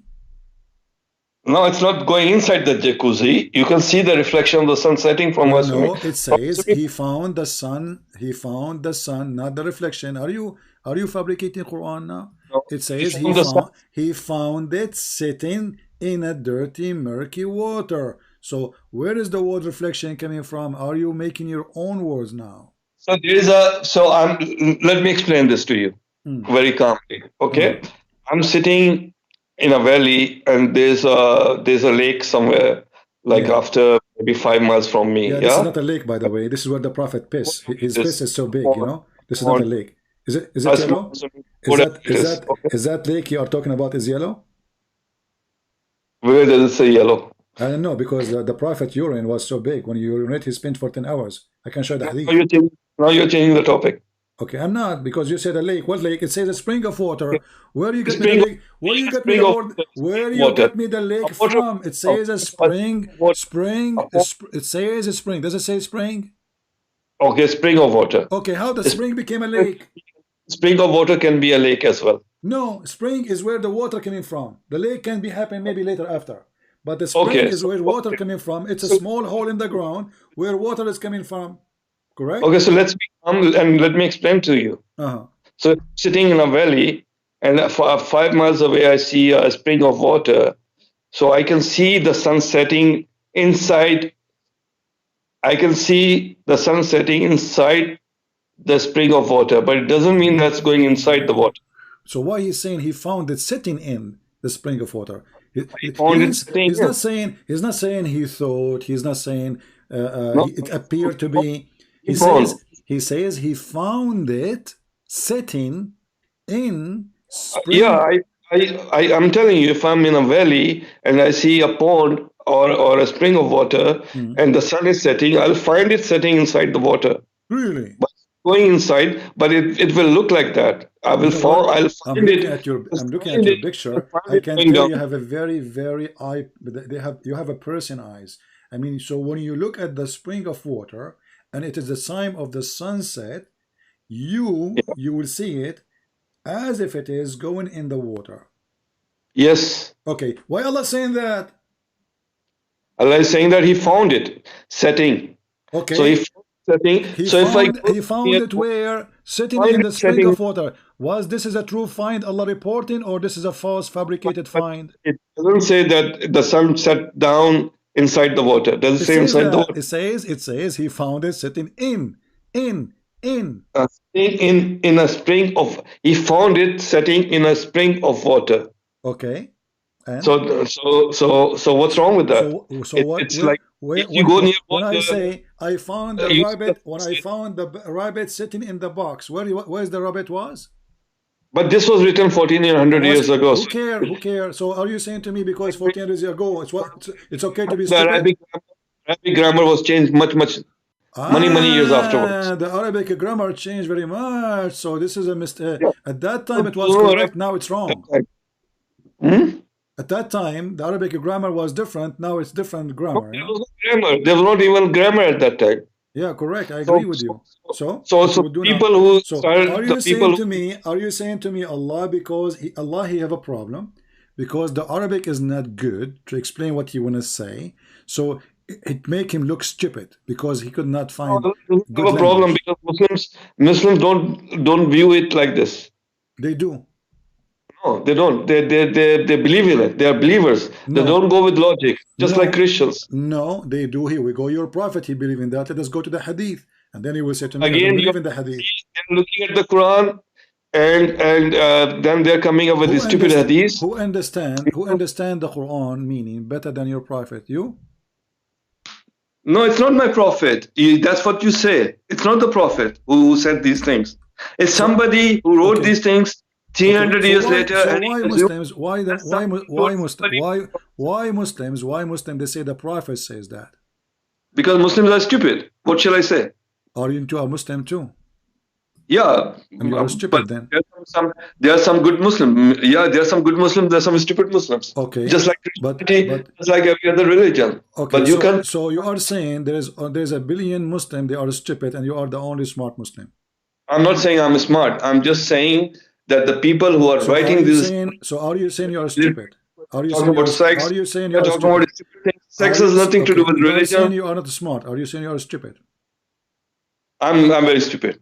You are not stupid? I'm very stupid. Very stupid. Okay, read with me carefully. It says, I was sitting behind Allah Messenger. By the way, I advise you always to sit behind Muhammad Messenger because he F everybody, as you see. So be careful. Again, you are going to the hadith. All right. Because they read the Zulqarnain story. Who knows who this guy was? Who wrote this hadith? Who knows? Who knows? Do you know? Who knows who wrote the Quran? Who's the guy reporting? Who knows who wrote the Quran? Who was Abu Dhar? Does anyone know who Abu Dhar was? Yeah, the father of the ants. Nobody. He have sex with the ant and he have babies from the ant. See, nobody knows who Abu Dhar was. Okay, who's Muhammad is? Who's Muhammad is? He didn't even live at that time. Who's Muhammad is? Muhammad is the praised one. He's the messenger of God. But I ask you, who is he? You do not know. I ask you what his first name, you do not know. What his last name, you do not know. We are believers. We are not supposed to know these things. We just need to know. Okay, it's not supposed to know who is Abu Dhar too. It's not supposed to know who is Al-Bukhari too. It's not supposed to know who is Abu Bakr too. It's not supposed to know anything then. So what's the point of this religion? Now, my friend, listen carefully. The Your Prophet is explained the Quran says, Abu Dhar, he said, I was sitting behind Allah Messenger for his security, by the way, was doing that because Muhammad is very, very aggressive if you sit in front of him. I'm telling you, be careful. So he was sitting behind the Messenger of Allah who was riding a donkey. While the sun was setting, he asked, do you know where the sun set? This set? I replied, Allah and his apostle know best. He said, it set in a spring of warm water. Sir, do you know where Samarkand is? Samarkand? Yeah, it's next to Samar, and Kand is next to it. Samarkand is hundreds of miles away from Makkah, yeah? And there's a guy sitting there in Samarkand coming up with this Sahih Hadith. 300 years later. Abu Dhar is from Samarkand? No, not Abu Dhar, this Sayyid al-Bukhari. Yeah? He's sitting in Samarkand and never been to Makkah. First of all, this is not Sahih al-Bukhari. Secondly, if Sahih al-Bukhari is the most accurate, he is collecting the hadith. He is not making hadith. Al-Bukhari is a person who make a book to collect what Muslims they said before him. He is not making the hadith. He's collecting sitting in his office in Samarkand. Doesn't matter where he said. Yeah, and he was born 300 years later, and he came up with this wild stories. Okay, okay. Let me ask you: the Quran today you have is written by whom? Which year? I think it was published by Al-Azhar University in 1919. No. I mean, this is a reprint. The original, the Quran, the Muslims they have, Muslim today they recite. The recitation of Hafs. Hafs, okay. This is first time became a print of a book when? I think 1924. When? 1924 by Al-Azhar University. 1924. Before that, it was not a book? I don't think so. Okay, I will go with you. So how you can be sure that this is your Prophet Quran? The things that we are sure about, we are not sure about anything. The things that we are sure about is the message. The message. By the way, 1924. This is my birthday. I was born in that year. It must be blessed. It must be a blessed year then, because this is when the Quran started printing. I know. I'm coming for a reason. The Quran printed in the same year I was born. Unbelievable. Unbelievable. You know, it was like a message from Allah to me. Like I'm born. I'm coming out, and the Quran is being printed too. Unbelievable. Okay, continue. You must have a very long white beard. Long what? Long white beard. Don't remind me, friend. Just today I got a ticket from the police because my beard was blocking the highway. Oh wow! And it's very white because you're born in 1924. No, actually, because I color my beard like your prophet. I put onion and henna. Have you ever heard of a prophet? Why your prophet he make his beard? He colored by henna. Why he wanna be blonde? Yeah, another hadith. So what? See, hadiths are talking about the color of the beard. Hadiths are talking about the sex. Aren't you the one who said we follow custom when you pray 5 times?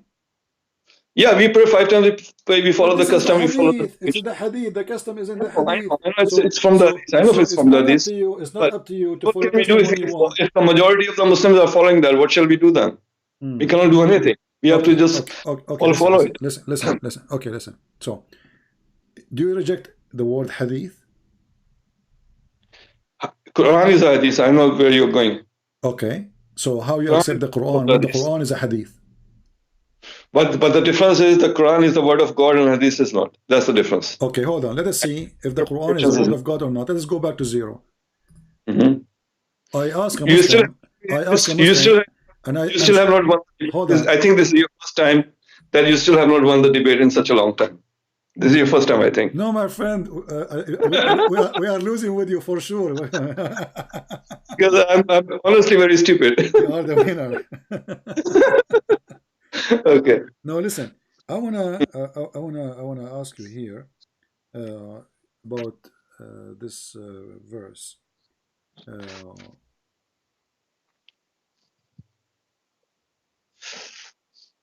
I want you to tell me what is this verse is about. I'm really confused and I'm very worried. Yeah, I'll explain it. I have a grandfather. He died standing up and he was holding a stick. We spoke to him last month. He did not answer. I go to his bedroom. I spoke to him again. He did not answer. I said, do you want to eat? My grandma, she asked him, do you like to eat? He did not answer. His friends came to take him for hunting. He did not answer. People come, goes, he don't answer. He's standing holding a stick. Do you think he's dead? Is your grandfather? Yeah. Maybe he's not human. So how does stupid Quran speak about Solomon that he died standing on a stick and nobody discovered that he is dead, and the termite, they ate his stick? Another miracle of God. This is a miracle. Termite eating his steak is a miracle. Yeah, just maybe it's a message. Who knows what it is? So what is the message of termite eating the steak of Solomon, and Solomon is standing and he's dead for a year, and this guy is a king. This guy is a king, not like my grandfather. My grandfather is not a king. This guy is my grandfather was a pirate. My grandfather was a pirate. Follow the king. Obey the king. What? Follow the king, obey the king, be scared of the king. He's not dead. Maybe that's the message. Who knows? But isn't it obvious to know that the king is dead after 2 minutes if you speak to him and his eyes not moving and his lips is not moving and he is not even farting? But he's not moving. So how? So why anyone will scare from that person? I don't know. Maybe not scared. Maybe something else. Who knows? No, it says, years ago. That they did not see that he is dead until the termite they ate his stick. So the purpose of this is to make them not to know that he is dead. Can you really believe that there's a person standing? I will let him stand in, no problem. I will give him some help to stand for a year. And can you really believe that the people around him, his wives, his ministers, his leaders, they did not notice that he is dead just because he is standing? Not with logic. Again, it's about not logic, it's about belief. So those people are stupid, they don't notice anything. Yeah, you're talking about logic again. What logic? What logic? Has any logic. If you are talking about logic, then hold on. Why the termite are eating his stick? Because obviously the guy is dead. They're not even afraid of him. The ants will not come to me if I am nearly alive. So I am standing. Even the termite, they notice that this guy is dead, is gone. Let us eat his steak. So the termite, they notice he is dead, and the people around him and his wife, they did not notice? Maybe not. Maybe not. You're going with logic again. Again, you're going with logic. Religion has nothing to do with logic. Just like Christianity, just like... okay, I see. Yeah, if you start following logic, then you become an atheist. Listen, do you have a stick at home, Shazi? Yeah, maybe I do. You do. Do you promise me when you die to hold standing when you are dying? No, but I'm not Solomon. Why not? I don't know. Ask God. Maybe when you go to heaven, you will ask Him. Well, Allah can make miracles to you too. Do you have termite at home? Maybe He's not going to make any miracles anymore. Who knows? So this was a miracle, supposedly. Who knows? Who knows what it was? You're going with logic. Okay. So you know, I will ask you just one more last question. How can there be a resurrection with logic? Tell me that. I'm not being resurrection. This is not only stupid. This behind the stupid. This is not even good for kids. Listen, you're Muslim. You say you're Muslim. You say that Muhammad, he destroyed the idols around the Kaaba. Correct? Right. Yeah, he did. Did Allah ever order Muslims to have idols? No. So is that why Muhammad destroyed the idols, the statues? Yes. So is having statues against Islam? Yes. Are you sure? Yes. How sure you are? 100%. Okay. Chapter 34, verse number 13. It says that Allah, he ordered his messenger, Solomon, to build temples, have statues in them. Yeah. But maybe at that time it was okay. But you just said to me, you are sure Islam is against that, and Allah Islam is against. came after Muhammad. Yeah, Islam came after Muhammad. Maybe at that time, at the time the Solomon. Islam came after Muhammad. Before Muhammad, there was no Islam. There was no Islam, of course. So what it was then? Muhammad brought Islam to us. That's why he's the last prophet. What it was before Islam, before Muhammad then? There were pagans, there were different kinds of religions. There were, Solomon was not a Muslim prophet, was a pagan? I don't know. No, there was no Islam before that. I'm asking you. There was no Islam before Muhammad. Okay. See. So the Muslim, they lie to us when they say Adam was a prophet. That's hadith again. That's hadith. Yeah, because why Muhammad came if there was Islam? Okay. So based on you, Abraham was not a Muslim prophet. No. Okay. Abraham was not a Muslim prophet. Muslims became Muslims after Muhammad. 40 years of Muhammad. Okay. So Abraham was the prophet. Isaac was the prophet. Musa was not the prophet. They were prophets, but they were not Muslim prophets. Okay. But they were prophets. So who is the one who gave them the books? Allah. Okay, so he gave them books. Books of all of them. All of them got the books. There are only 4 books. Yeah. There's only what? There are only 4 books. Yeah, they're like Torah. There's Quran. There's Bible. And which is the 4th one? I don't remember. Okay. So you and me, we agree then that when the Muslim, they say that Isa was a Muslim, Abraham was a Muslim, Musa was a Muslim, they are lying. They are lying for sure. Okay. Yeah. So I want you to just answer this one.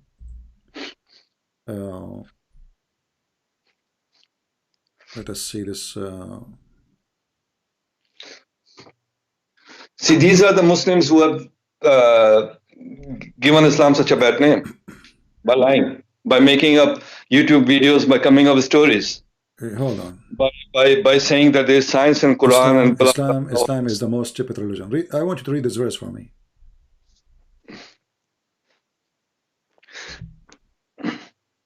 You cannot say which religion is the most stupid. Actually, you know, my friend, like just read the verse for me. Which religion is the best? You cannot say that. I have long line of women. I am a prophet now. I have long line of women waiting for me outside to do boom boom with them. Please don't waste my time. Read the verse for me. Isa perceived unbelief on their part. This is the verse 52. Yeah, 52.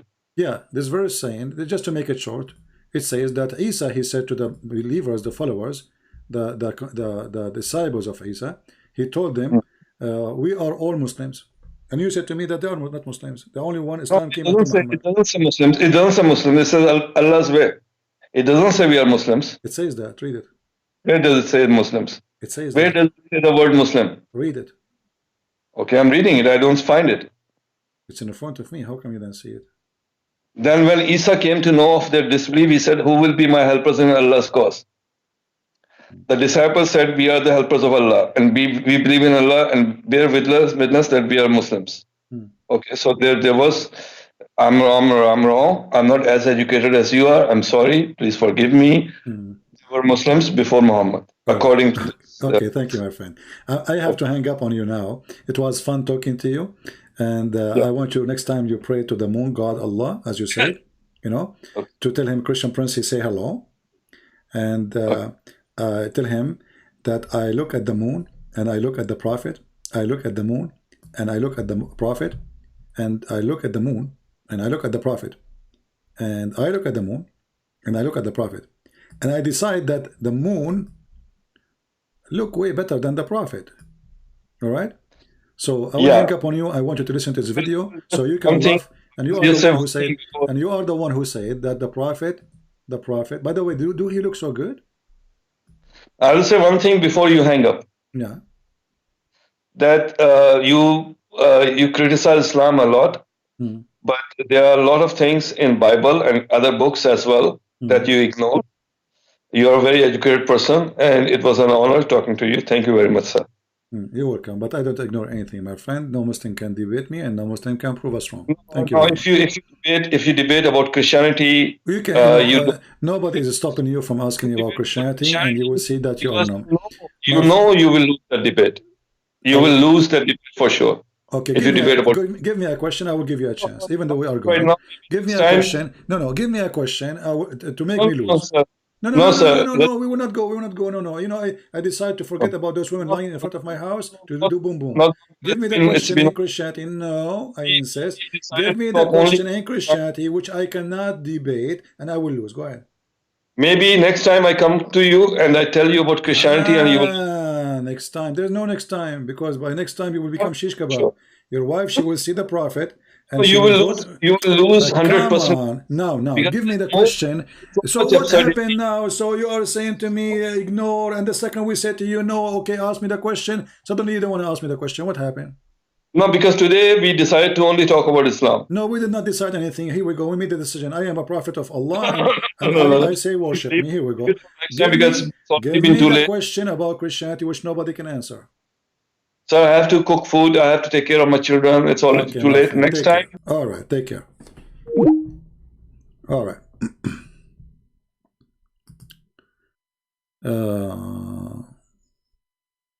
A Muslim, he's saying to me, is your butt ready?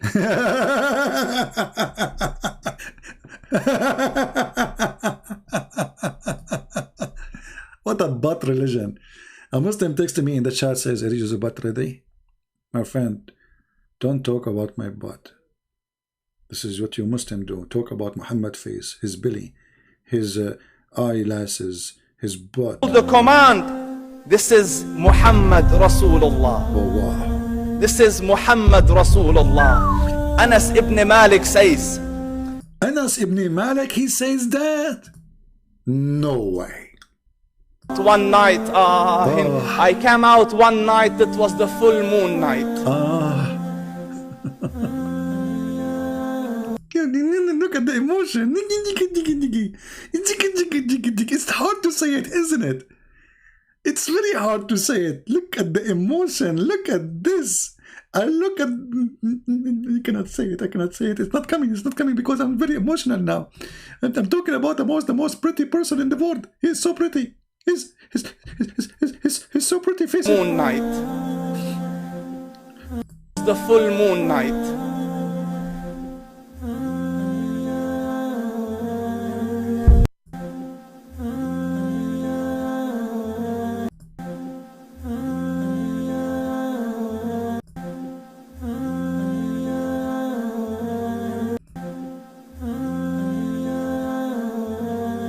Guys, I'm planning to do this until tomorrow.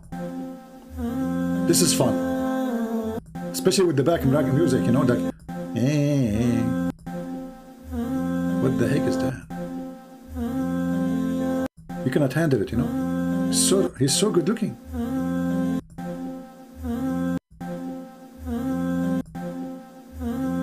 What the heck?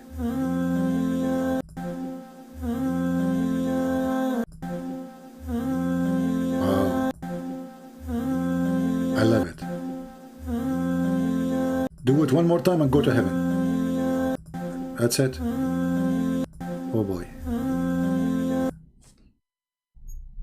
This is the stupidity of Islam. And the guy, he just called us to tell us that Muhammad was a very, because he's a special man, women, all Muslim women, they want to F him.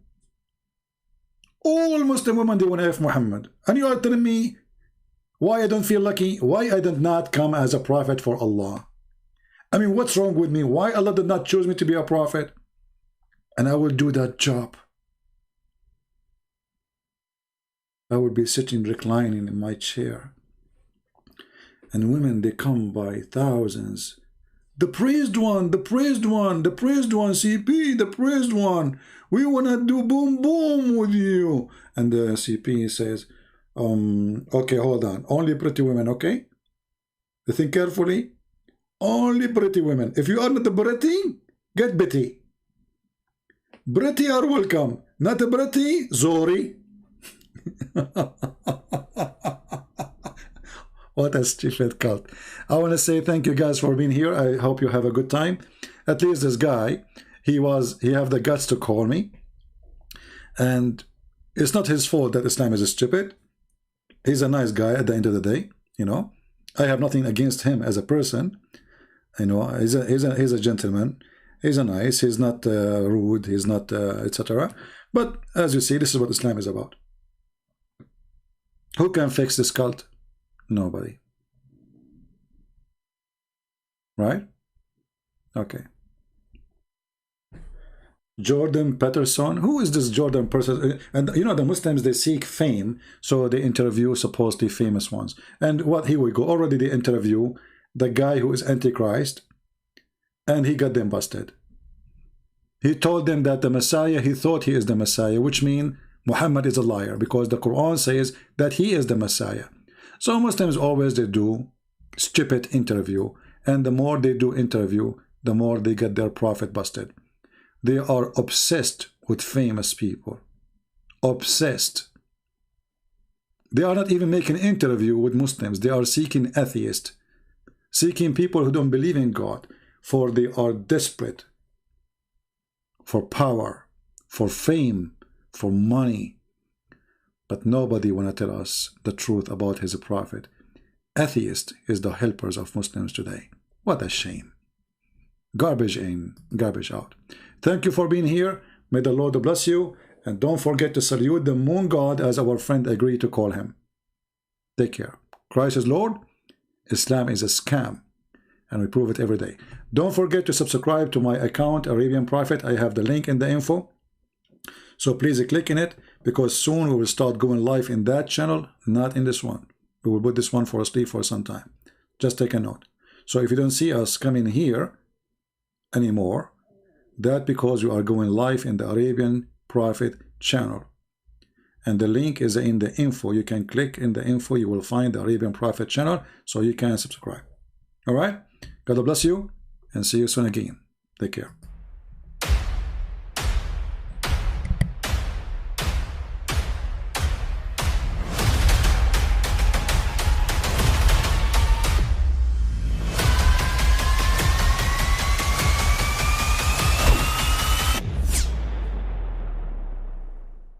But I mean, again, he doesn't know who Gabriel is, right? Because he didn't come from an Abrahamic faith. The people of Mecca were pagan. Quran is mentioned, if this book was from other than God, they would have found in it many contradictions. If a book is without contradictions, that has no bearing on whether it comes from God or not. I've had phone books that are inerrant, but I certainly don't think God gave them.